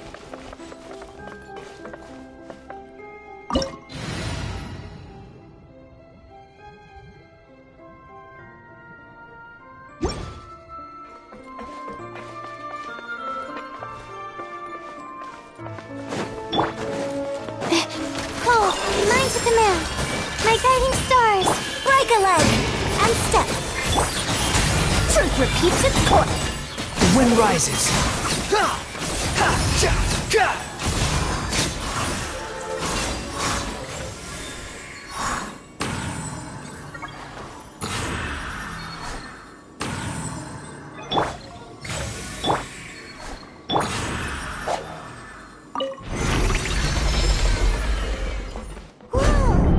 The floor is going up!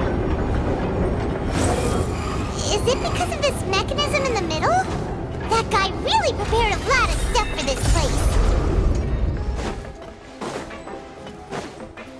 Paimon thinks we need to go up, but Paimon doesn't see a way. Let's take a look around. Maybe we'll find a hidden mechanism that'll show us the way up.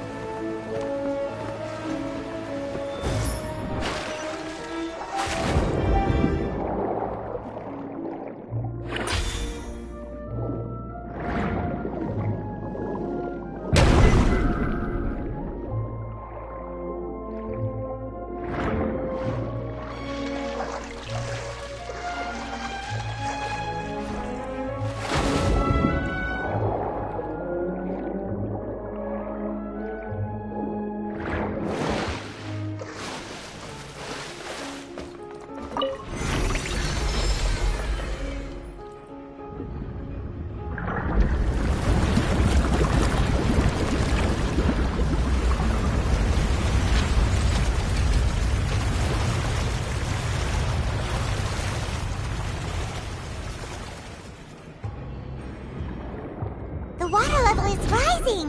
Now we can swim to the top! But this is still a ways away from where we need to go.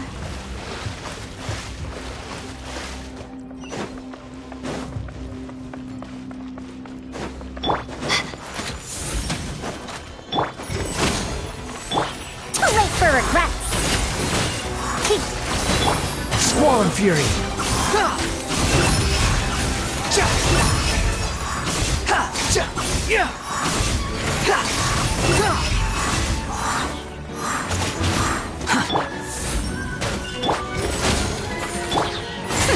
We'll see about that. The wind rises.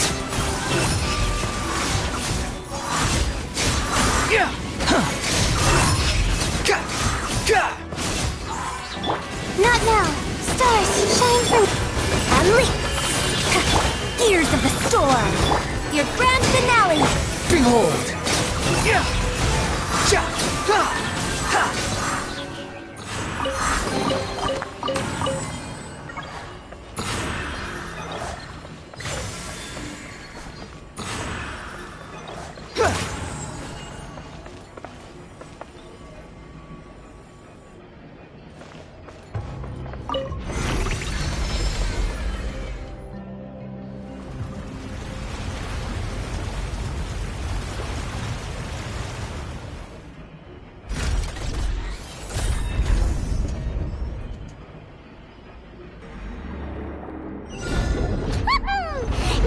is clear! Let's go!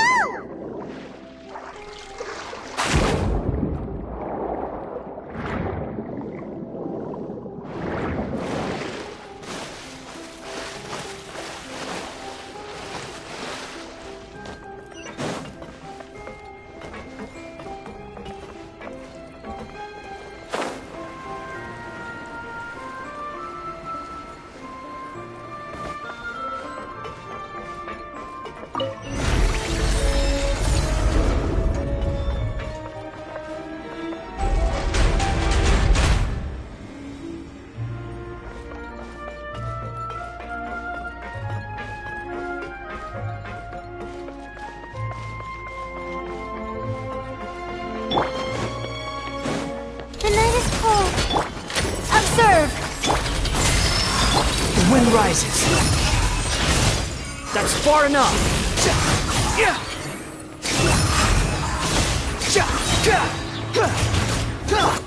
My guiding star! Observe! Squall and fury.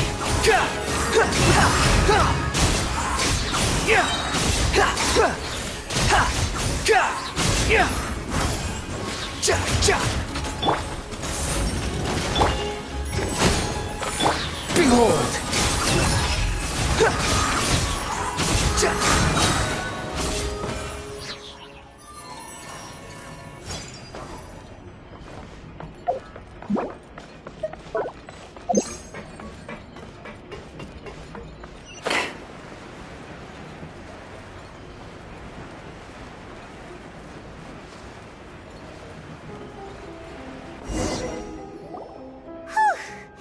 After all that, we finally made it to the innermost sanctum. Though, as expected, the mastermind isn't here.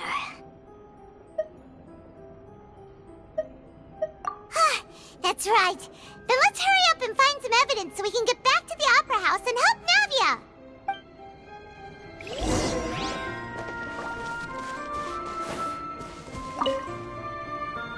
What's all this? Pink accessories, a hair tie, a necklace, even a makeup box.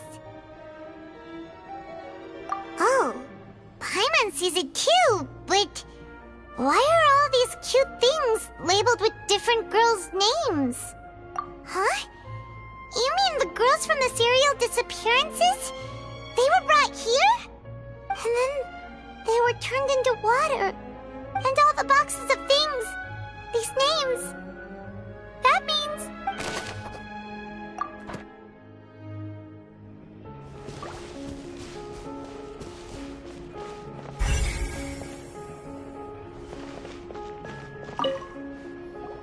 Whoa! There's so much synth here! And so many bottles of ingredients that probably just contain the waters of the primordial sea.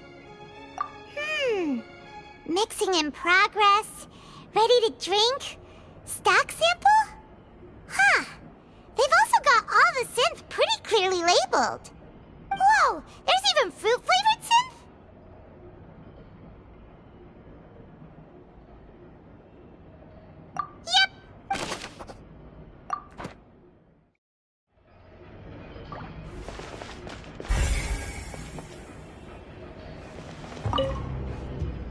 What's this over here? Looks like some kind of place for research. Experiment number 16 aims to verify Jacob Ingold's research conclusions on the primordial sea and use his theory as a foundation to achieve a breakthrough.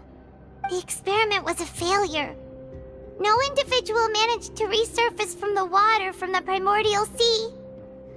Female specimens 22, 23, and 24 were dissolved.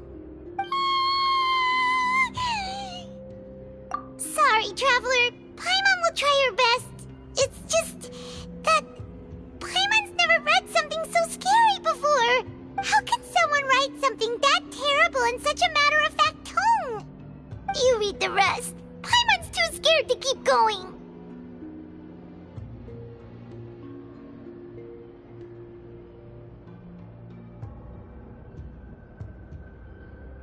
So that's why he did all of these experiments.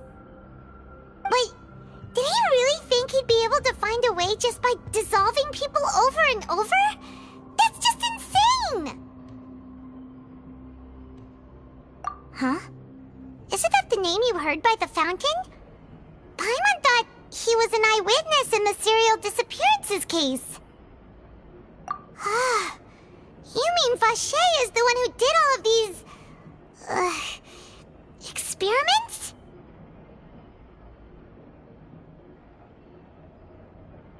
So that's it!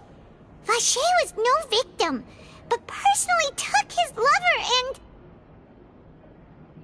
No, that's not it either! If that's the case, why would he want people to resurface from the water? In any case, Paimon will write it all down.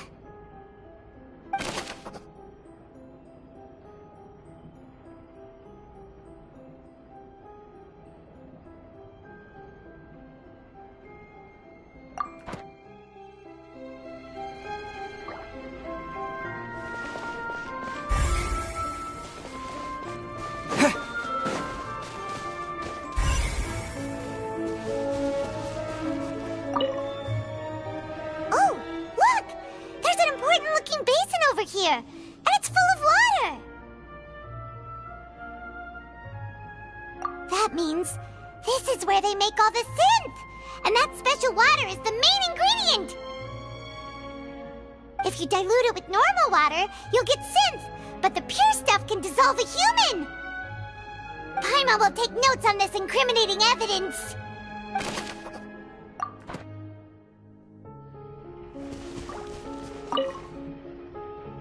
See what's written here. Nothing escapes Detective Paimon's eyes. Callus. Navia's father.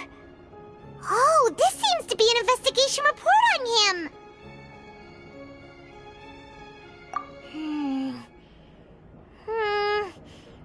Yep, it's about finding someone to assassinate Jacques and Callus because of a lack of confidence that Jacques himself would go through with it. This should prove the existence of the third person, right? We still have not determined the exact content of the key information Callus has passed on to certain members of his organization. The old dog's a real menace to deal with. Even if he abides by the promise he's made to us, he will still have the upper hand. He can act whenever he wants to make our lives miserable. The only option left is to remove him from the picture entirely. I concur. Let's send someone to kill him. He won't declare war as long as we don't touch Navia.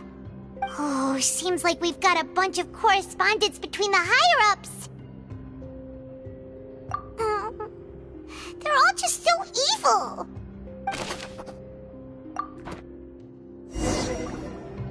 We've looked at almost everything here, and it seems like our theories were spot on. But... yeah, we haven't found anything that reveals his true identity. No wonder even Nervalette wasn't able to find anything. Whoever it is probably destroyed everything to do with that name a long time ago. That way, even if we bring all this back to the opera, we won't be able to identify the true culprit. Sure thing. Paimon won't admit defeat to this guy either.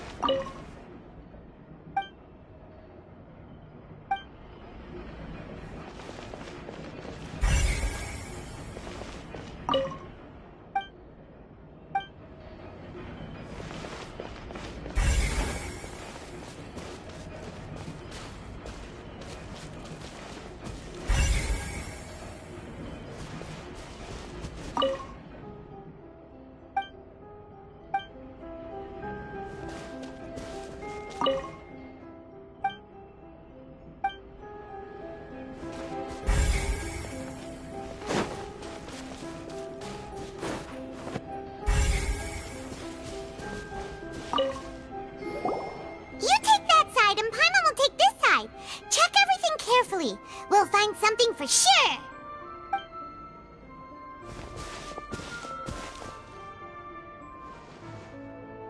Ugh. Nothing at all. And Paimon can't even find snacks either. Whoa, really? Let Paimon see! Vinier. Isn't that Vache's lover's name? Then you found her diary. Let's see! Aw, it's just a normal diary chronicling their love story. She was so sweet, too. Oh,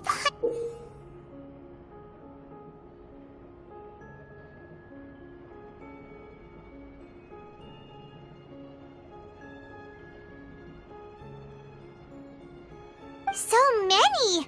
A whole page's worth! But they're all crossed out. Was she unhappy with all of them? The final name she decided on was... Marcel. Wait, but Marcel's pretty old. Has this case been going on for so long that he's Vache and Vinier's grown son? Hey! Paimon still hasn't figured it out yet.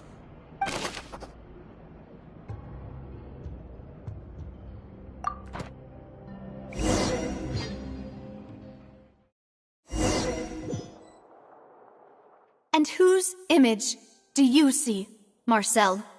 Is it a man named Vache? Oh, so you do know that name.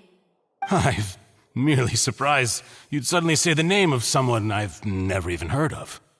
I was waiting for you to say that. Navia! We're back! As expected of my partner. I just knew you'd return in the nick of time. Just how often do you intend to flout the rules of this court? It's all right, Monsieur Nervalette. Given their confidence, I expect they've found the crucial evidence.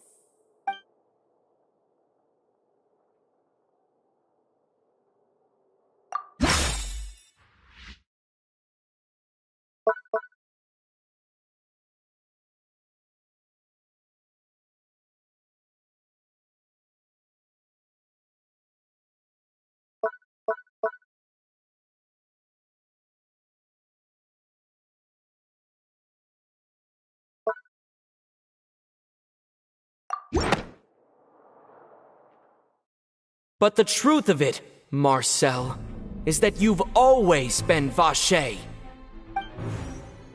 Huh? We've investigated your lair and we already know everything! After your lover, Vinier, was dissolved, you kept abducting young women to experiment on the hopes of bringing her back to you! You even created Marcel as a new identity and destroyed all records of your past as Vache! So that's it. Even the villains in opera performances rarely go that far. And with that, Marcel's motive has now been established. This information regarding your past also dismantles your prior timing defense. Well, Marcel, do you know where you went wrong? You fixated your gaze on the lover that passed away, instead of paying attention to the living people around you.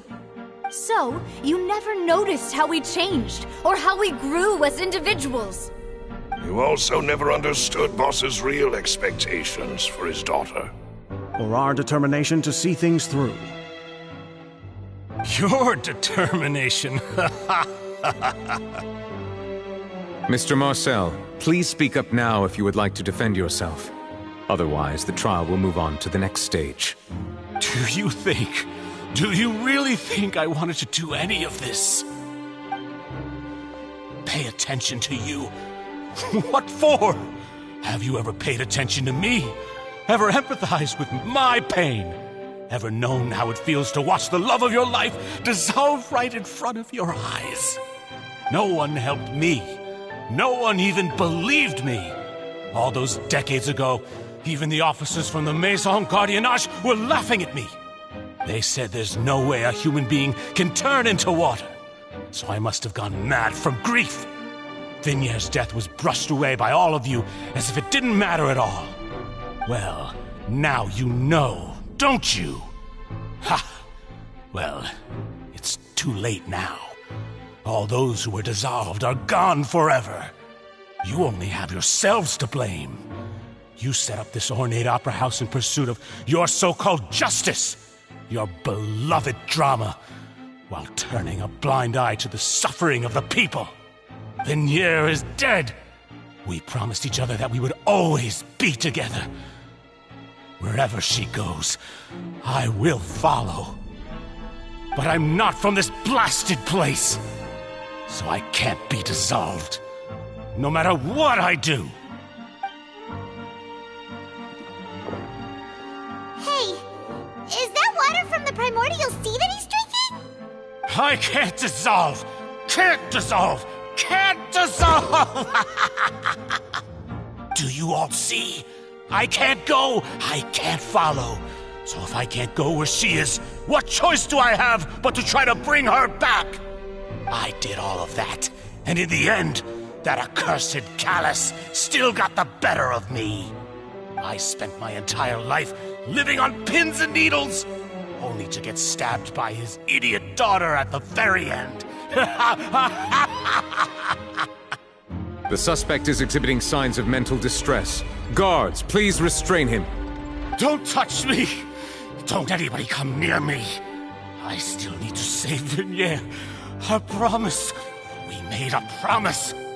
Vignier. Vignier! Please, Vignier. Don't think badly of me. All I want to do is fulfill our promise. At this point, the verdict of this trial is clear. With Mr. Marcel's conviction, the charges against Mr. Tartaglia no longer have any basis. Fine by me. I was in a bad mood, but after a show like that, I'm actually feeling pretty good. Traveler, please submit all the evidence you have collected to the guards, so that I might review and summarize the truth behind the serial disappearances case.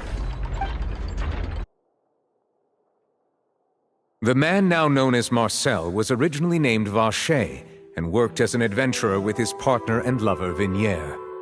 During an underwater expedition, Vignier accidentally came into contact with water from the primordial sea and was dissolved in front of Vacher as a result.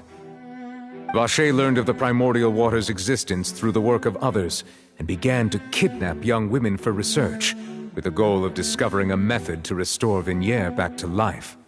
To cover his tracks, he invented the new alias of Marcel and began to operate a business in Poisson.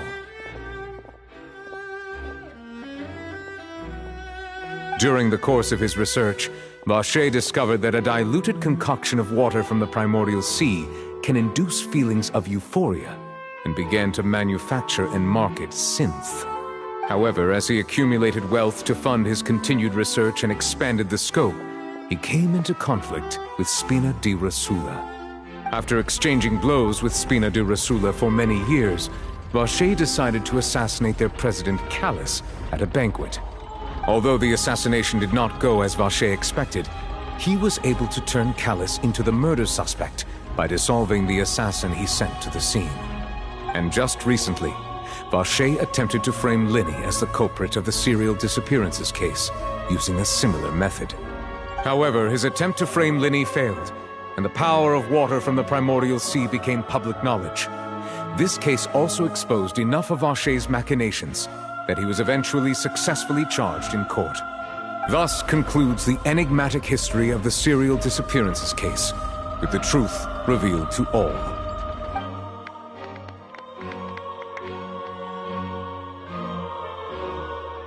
The Oratrice will now deliver the final verdict regarding the charges against Mr. Vacher.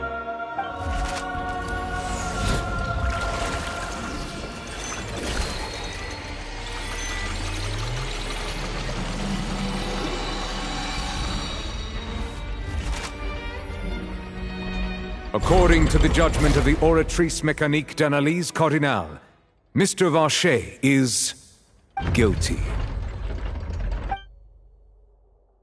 Guards! Take Vacher away. Good. It's what he deserves. With that, the serial disappearances case is over now. We really just witnessed history. Who Who would have thought the true culprit would be such a polite and well-spoken guy? Yippee! We helped Navia bring the bad guy to justice! He's hurt so many innocent people and now he's finally getting what he deserves! Huh? Are you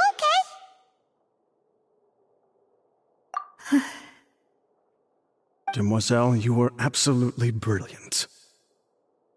The day our late boss had always hoped for has finally come. You can rest easy now, knowing justice has been served. Yeah. It's finally over. It's all thanks to you guys. And my partner. See, Papa? Spina di Rosula's still doing well with me at the helm. Well now, hasn't this been a most delicious piece of drama? The villain has been caught, justice has been served, past wrongs have been righted, and it's a big ol' happy ending. Since it's been such a great show, I'll just let the false accusations against me slide. Either way, I've still got some business to attend to. So, if you'll excuse me... Please wait just one moment, Mr. Tartaglia. What now? None of this has anything to do with me. According to court protocol, since this trial was initiated due to a charge against you, a verdict must also be made regarding the initial charge before the trial can conclude. Oh, come on. Is this really necessary? Haven't you already caught the real criminal? Isn't it time for side characters like me to exit stage left? Please respect the laws of Fontaine. This has always been the rule. All right, but this sure is a lot of hassle. All I need to do is stand over there, right? Let's just get this over with. Through evidence presented in the public trial that was just held, it has been established that Mr. Tartaglia has no direct connection to the serial disappearances case. The guilty party has been identified, and thus it is logical to suppose Mr. Tartaglia is innocent of the charges. We now turn to the Oratrice Mécanique d'Analyse Cardinale to render the final verdict on the charges.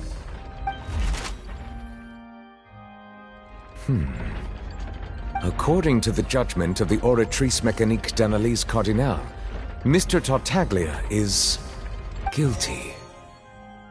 What? Hey! That's not funny! Didn't you just say I'm supposed to be innocent?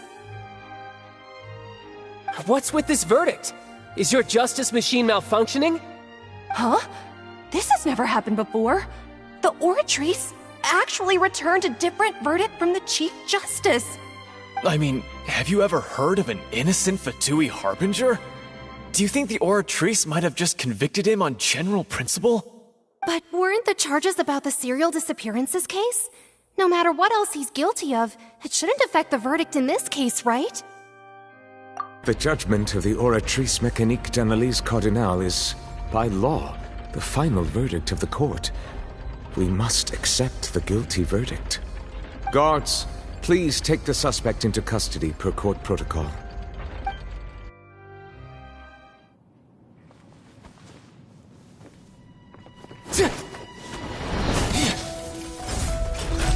So this is how justice is done in Fontaine. What a joke. You've got your rules. Well, I've got mine too!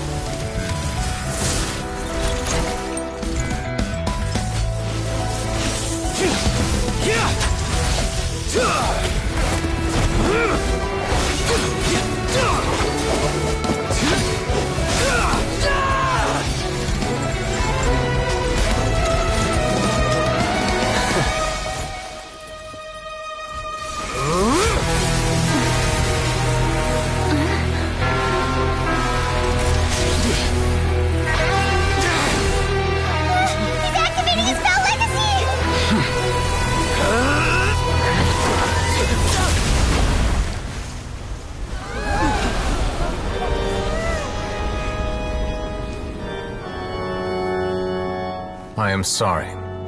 If you have been wronged, we will find the truth. But the rules of the court must be upheld.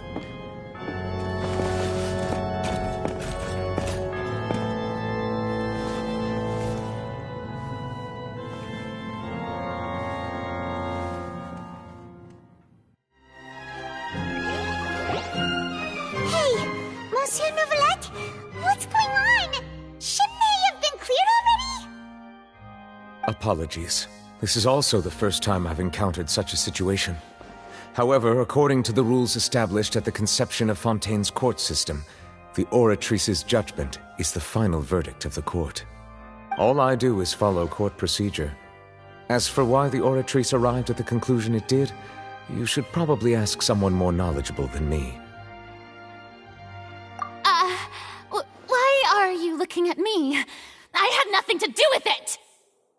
I don't know what happened there either! Hey, stop staring at me! What does Lady Farina mean by that? She says she has no idea either, but that's impossible. Didn't she create the Oratrice herself? Yeah, so are the verdicts reliable or not? Can results like this really be called justice?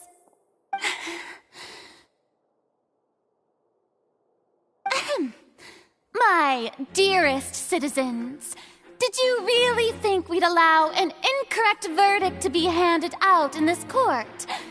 Did you really believe that the judgment could be mistaken or be the result of some sort of random mishap?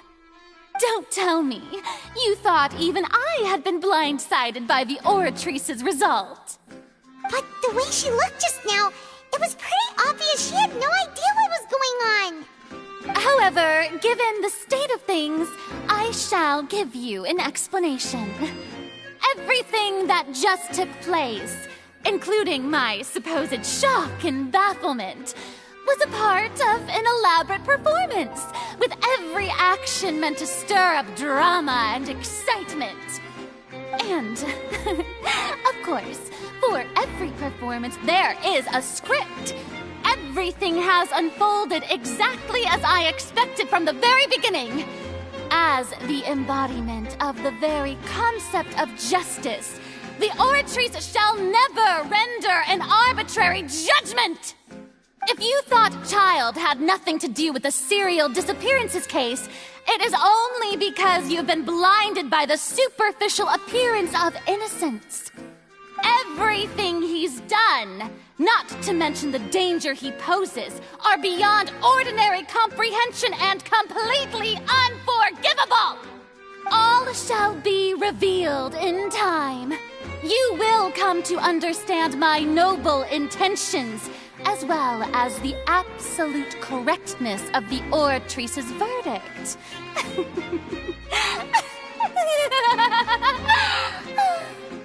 Now, having said that, although I hate to leave things hanging in suspense, it is now time for this performance to end. As the lead actress, I shall be the first to take my leave. Toodaloo! So she chose to make her escape after all, did she? So you're saying we shouldn't put much stock into what she just said? She probably just put on that performance to save face. As for the truth, it's unlikely that she actually has any idea. However, please be assured that I will continue to investigate this case in a personal capacity. Just as I promised, if the judgment has been incorrect, we will do our utmost to clear his name. All right. Even though we feel pretty badly for him, we'll take your word for it for now. After all, he's done plenty of bad stuff, so he should have known he'd go to prison someday, right?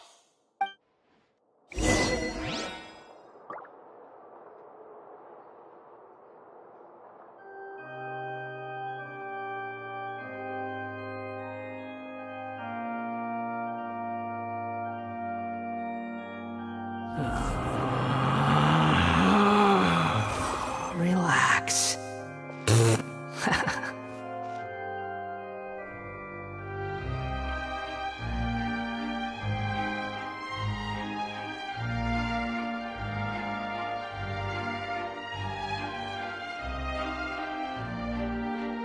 You think I've got a sharp tongue?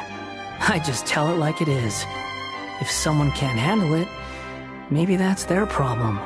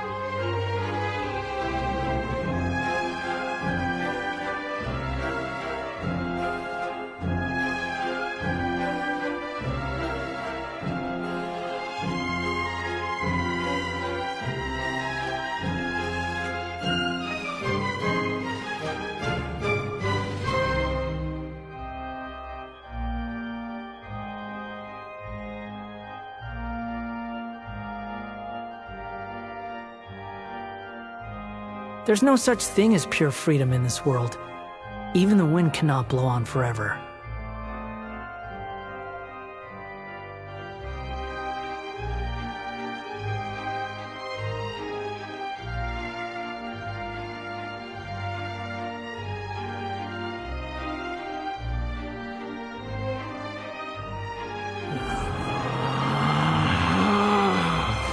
Relax.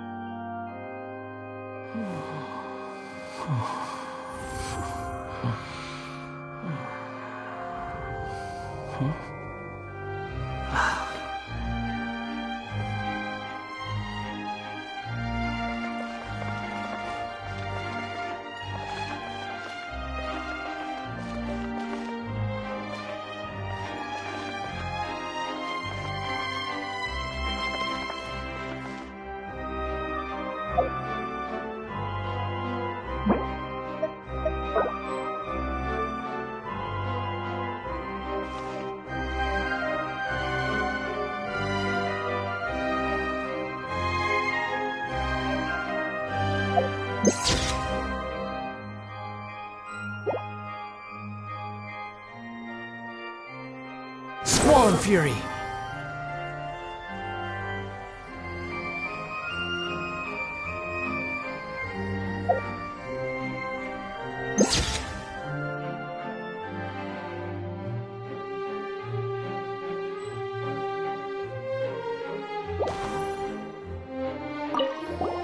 Oh, Monsieur Nervalet! That power you showed when you took him down. Who are you really? I'm the Chief Justice of Fontaine, of course. If officers of the law lack the strength and capability to enforce it, then it makes a mockery of justice.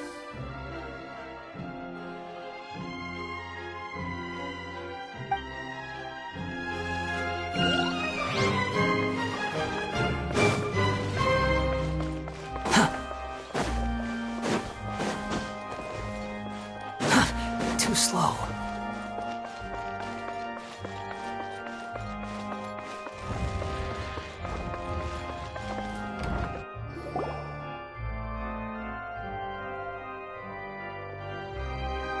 Hey, what are you doing? Quick, stop him!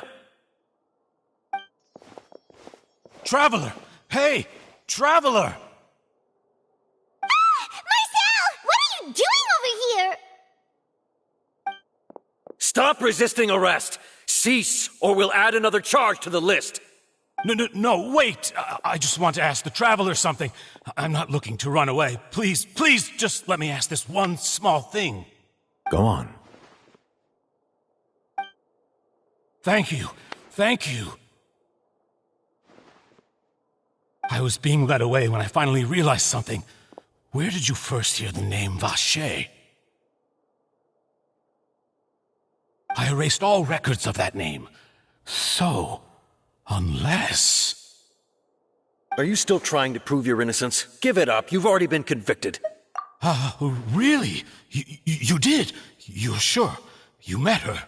But how could that be? How did you manage to do it? The Fountain of Lucine? Then she's been so close to me all along. And I just never... Please give me a chance to talk to her again. Just let the Traveler take me to the fountain to see her one last time. This is the last request I'll ever make in my life. You can do whatever you want to me afterwards. I don't care. What? Give an inch and you want to take a mile? Do you think serial killers get to make requests like that? Paimon agrees. Why should we give him what he wants when he's only done a ton of super terrible things? This request, is it worth as much to you as your life? Of course! Wait, no. It's worth even more than my life. Humans. Will they betray the instinct to live just to satisfy spiritual needs?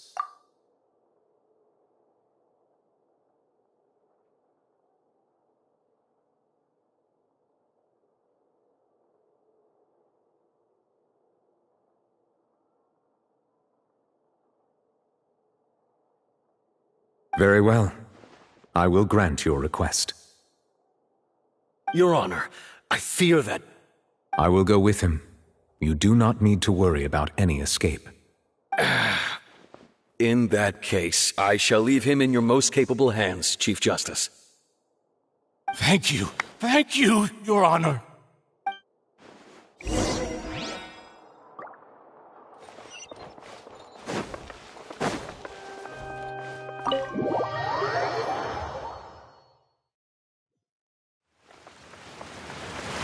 Behold!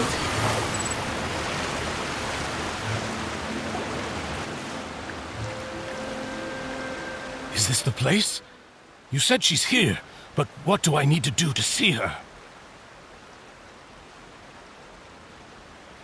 Yeah, and even Paimon could hear her after drinking that thing. Didn't you just drink a lot of it on the stage as well? Oh, in that case... Vache! Ah! Yes, that's it! So you heard it too! Vignier, it's me! It's me, Vache! Vache? Vache! I'm here! I'm here! Where are you, Vignier? I'm coming for you. I'm finally here for you. Hey, wait! Be careful! Hey, wait! Vignier, is that you? It's me, Vache! Vignier! Vache?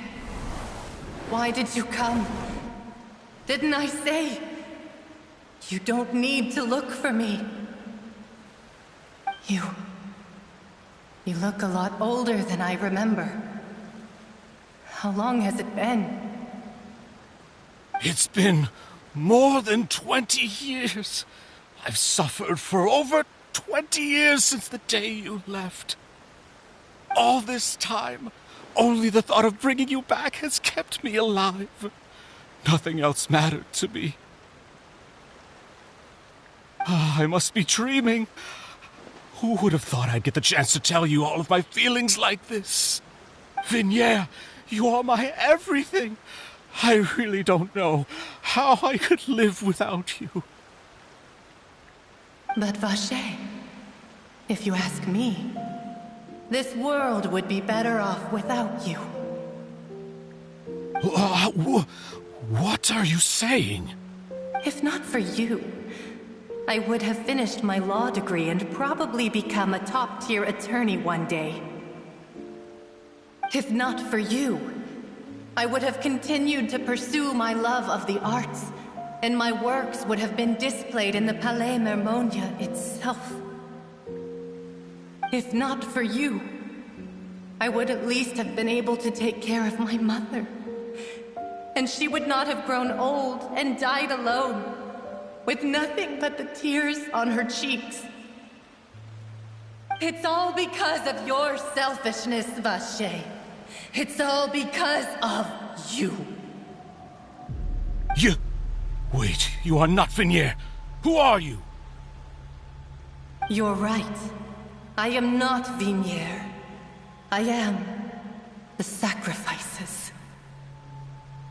Every woman who died by your hand, as our bodies dissolved, our consciousnesses flowed back to the primordial sea. Our thoughts circulated endlessly within the primordial sea, and we were no longer individuals, but we became one, just as streams of water come together in the sea. I'm Cressy. I'm Lemonade. I'm Azine. The only one I am not is Vignier. Why? But then, where is Vignier? She doesn't want to see you anymore. Every tendril of her consciousness is avoiding you. This is what you get for your selfishness. Your selfishness robbed us of our lives and our futures. You said time and time again that you'd do any and everything for her. But did you ever consider whether she'd want to see you do the things that you did? If she would despise you for what you became?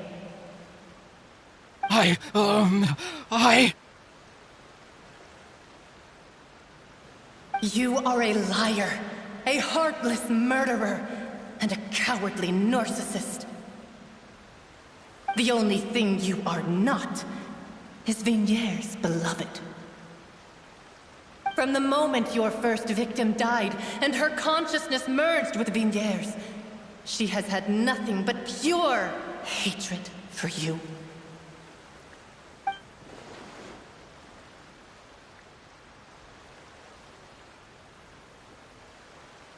No! Vinyere! She can't hate me. Let me see her, please. Have mercy. You still don't understand. When I said don't look for me, that came from the real Vigniere.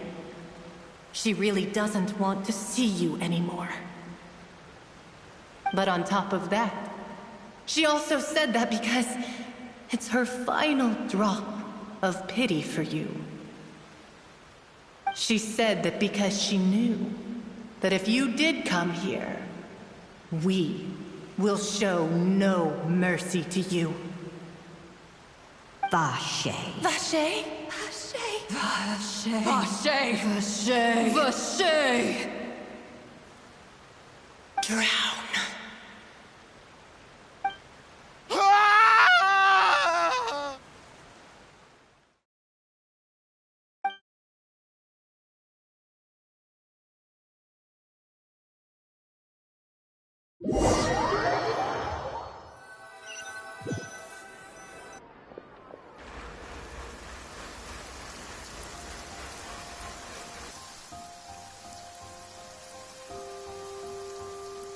Finally, we have some time to do shopping. Gosh, it's really been a long time since we've been able to relax. Huh. Well met, partner. I knew something great was going to happen when I woke up in such a good mood today. Even this weather can't put a damper on the demoiselle's mood. It's a pleasure to see you both again. Oh, hey, Navia! It's been a few days. Paimon's already started to miss you. Oh, now that I believe. I'm easy to work with and always bring home the bacon. Who wouldn't treasure having a partner like me? Sounds like you're really enjoying life these days, Navia. What have you been busy with since the trial? It's just been one thing after the other. I've been making non-stop trips between Poisson and the court since then. Everyone from Spina di Rosula organized a memorial for my father. We never held a memorial when he first died, since everyone knew that even if we held one back then, no one was going to come. This time, though, everyone in Poisson, and even many people from the court, all attended. So his name's definitely been cleared now. That's what we like to hear. It's been the dearest wish of Demoiselle all along. That blasted stubborn fool. I was right to put my faith in him. I'm so glad I didn't give up on the case all those years ago. Oh, by the way, I ran into Charlotte just after I left the memorial service. Well, maybe it'd be more accurate to say I knew she would be there, and there was no way she'd just let me go. Huh? So you know Charlotte too? The Charlotte? Journalist from the Steambird? Yeah, way back when I first became the president of the Spina di Rosula, she was all over me. Wouldn't take no for an answer. I believe the story was called The True Heart of Darkness, Secret Tales of the Yellow Rose. To be fair, though, it was a really flattering feature. So, we've been on pretty good terms ever since. She was trying to lean on our friendship to get me to do an exclusive piece on the serial disappearances case. Oh yeah, she told us about that. She's always been super interested in that case, so now her wish has finally come true too. Anyway, I told her to make sure that when she writes about you guys entering the opera house with the critical evidence, that you both sound really cool. Now that's another thing to look forward to. We trust Charlotte's skills with a pen for sure. Oh, and in other news, I also took Clorinde out for a meal. Oh, are you two on better terms now? While you were investigating Vache's headquarters, Clorinde gave testimony on my father's behalf. It was thanks to her that we were able to turn the tide. I wanted to thank her. I mean, there's also no point in being awkward all the time, so we took the chance to reconcile with each other. Oh, that's great. Paimon also thought Clorinde wasn't actually a bad person. It's always good to have more friends. Anyway, now that the case has finally been solved, perhaps it will slowly begin to fade from the public consciousness. Oh, actually, there's still one last thing I need to do. What is it? I should pay a visit to my father's grave and tell him the truth of what happened, as well as how it all ended. And on top of that, just how much people still look up to him, to this day. That includes me, too. Miss Navia. Indeed. We want to go too! We also think Callus is a really admirable person. Sure thing. I'd like you two to share the moment with me. After all, without you, there might not have been such a positive ending. And in that case, everyone, let's be off. Considering the recent weather, we'll be lucky if we can reach Poisson before dark. Yeah, you're right. It's been raining non-stop for a few days now.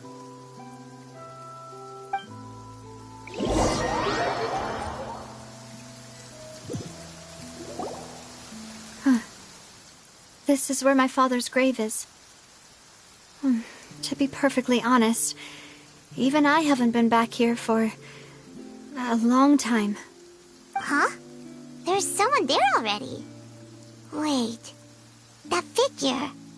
It can't be... Isn't that Neuvillette? Why would the Chief Justice be here? Huh? Navia?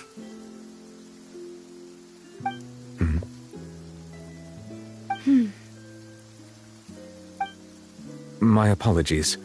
I should have asked before coming to pay my respects. Don't say that. Sorry about that. Oh, I was trying to say there's no need for you to apologize. I wanted to show my father how much I've grown, but still, I doubt I've grown to the point that even the Chief Justice would feel compelled to apologize to me over and over. In that case, I will stop apologizing for now. You really could use some pointers on understanding human emotions, Monsieur Neuvillette. In any case, why did you come to Poisson? Well, ever since that day, I've been turning a question over and over in my head. Just what is justice, anyway? There was once a time when I didn't want to believe that there could be anything more important to humans than life itself. Oh, rather than that, it's probably more truthful to say I didn't believe humans were capable of resisting the most basic instinct of living things.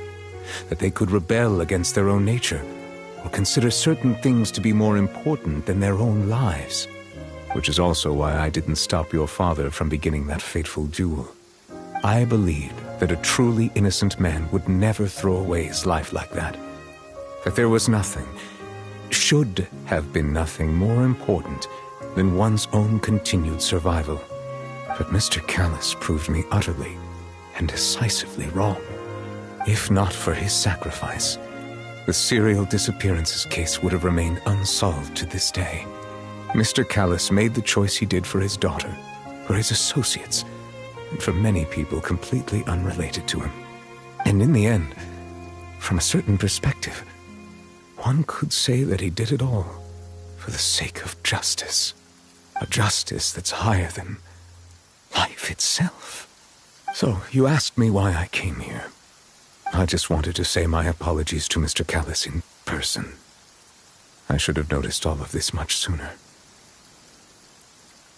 This regret has filled me with a sadness that has haunted me for days. That high and mighty chair in the opera Epiclese indeed insulates one from many important things. Spina di Rosula, thank you so much for your hard work and perseverance. I'm sorry for being mad at you before. So, you're actually one of those types that's cold on the outside, but pretty thoughtful on the inside, huh? That reminds me of Silver, one of my guys. Sorry about that. Self-expression is not one of my strong suits. Didn't I just say you don't need to apologize?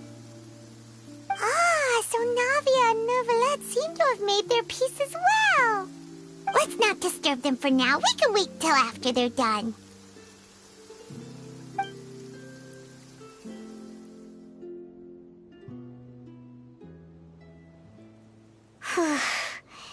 Paimon's never paid respects at someone's grave before.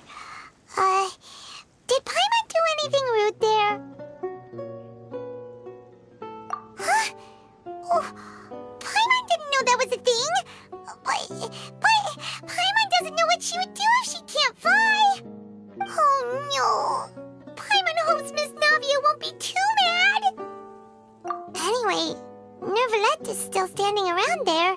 It's not often that we can catch him alone like this, so why don't we go talk to him for a bit?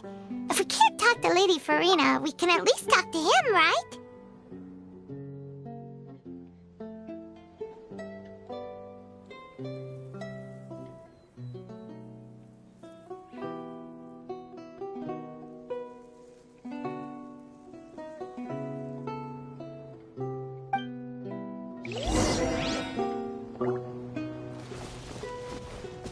Squall Fury!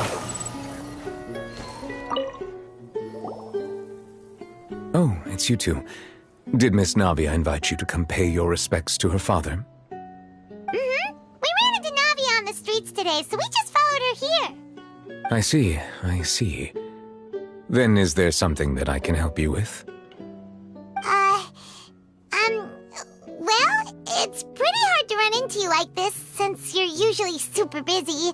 So we figured we could try to ask you a few questions, if that's okay. Please feel free.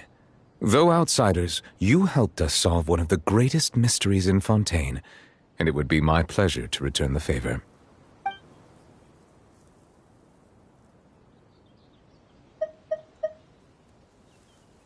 Your sibling, another blonde-haired traveler.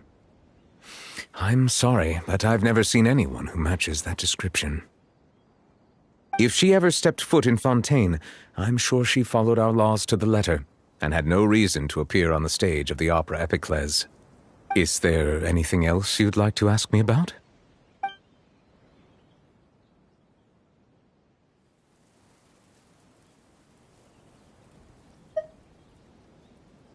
That the sea levels will rise and everyone will be dissolved in water, leaving Farina crying alone on her throne, but the sins of the people will be finally washed away for good. Does that appropriately summarize the version you've heard? That's right! It was Linny that told us back then. And that about covers all the main points. Yes, up to the present, I think we reached a point where we have no choice but to confront this prophecy directly. Rumors have it that this prophecy is rooted in the last words the former Hydro Archon left to the world before she passed away. A prophecy? Of the former Hydro Archon? Wow. This is the first time that we've ever heard of it. Two parts of the prophecy have already proven correct. The rising sea levels and the ability of the people of Fontaine to be dissolved. We should be more vigilant and stay on the watch for further signs. Speaking of the prophecy, Farina has also always taken it quite seriously. Indeed, she has been collecting information and intelligence from across Tevat for this purpose. If the rumors were true, then perhaps this prophecy is the conundrum left to Farina by her predecessor. But with Farina being the way she is, can we really trust her to solve it?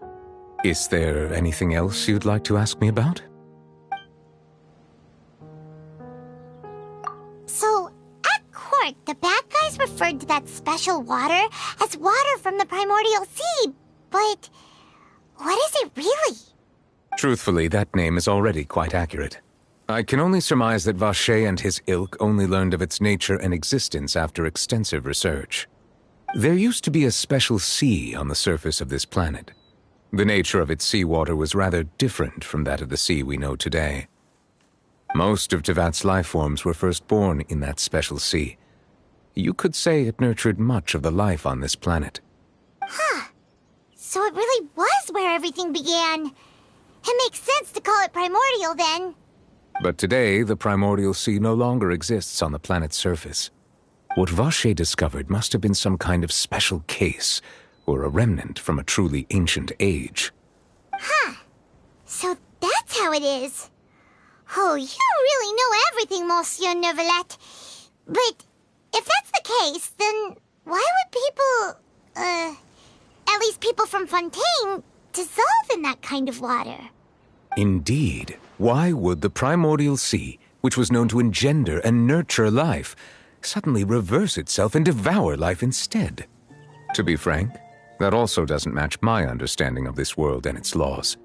There must still be some unknown secrets around the people of this land.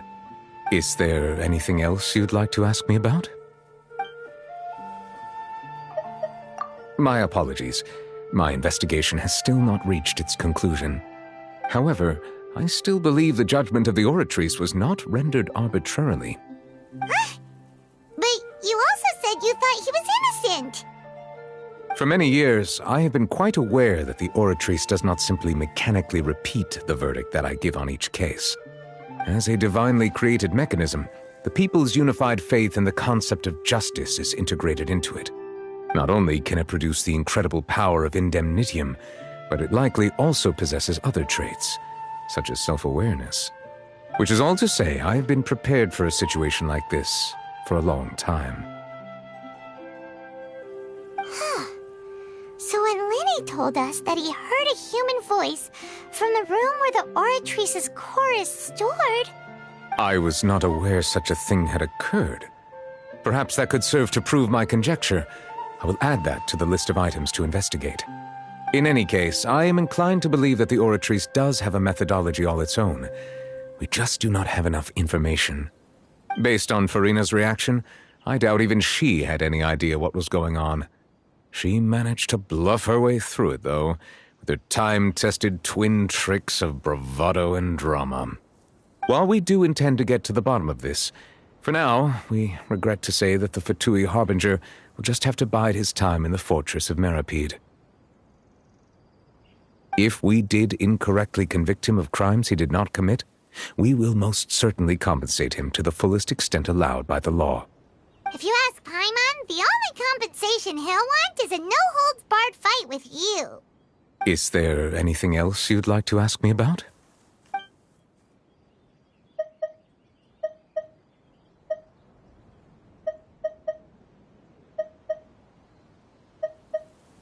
Very well. It was my honor to provide you with what answers I could. I very much enjoyed conversing with you. It will soon be time for me to leave this blissful tranquility behind and return to Palais Memoria. You really are super busy, Monsieur Neuvillette. Paimon thought you only came here to pay your respects today because you had the day off. Crime and villainy do not have the day off, and so justice must work around the clock as well. This is merely the nature of a justice's work. All right, you've got a point. Huh? Paimon just noticed that the rain has stopped.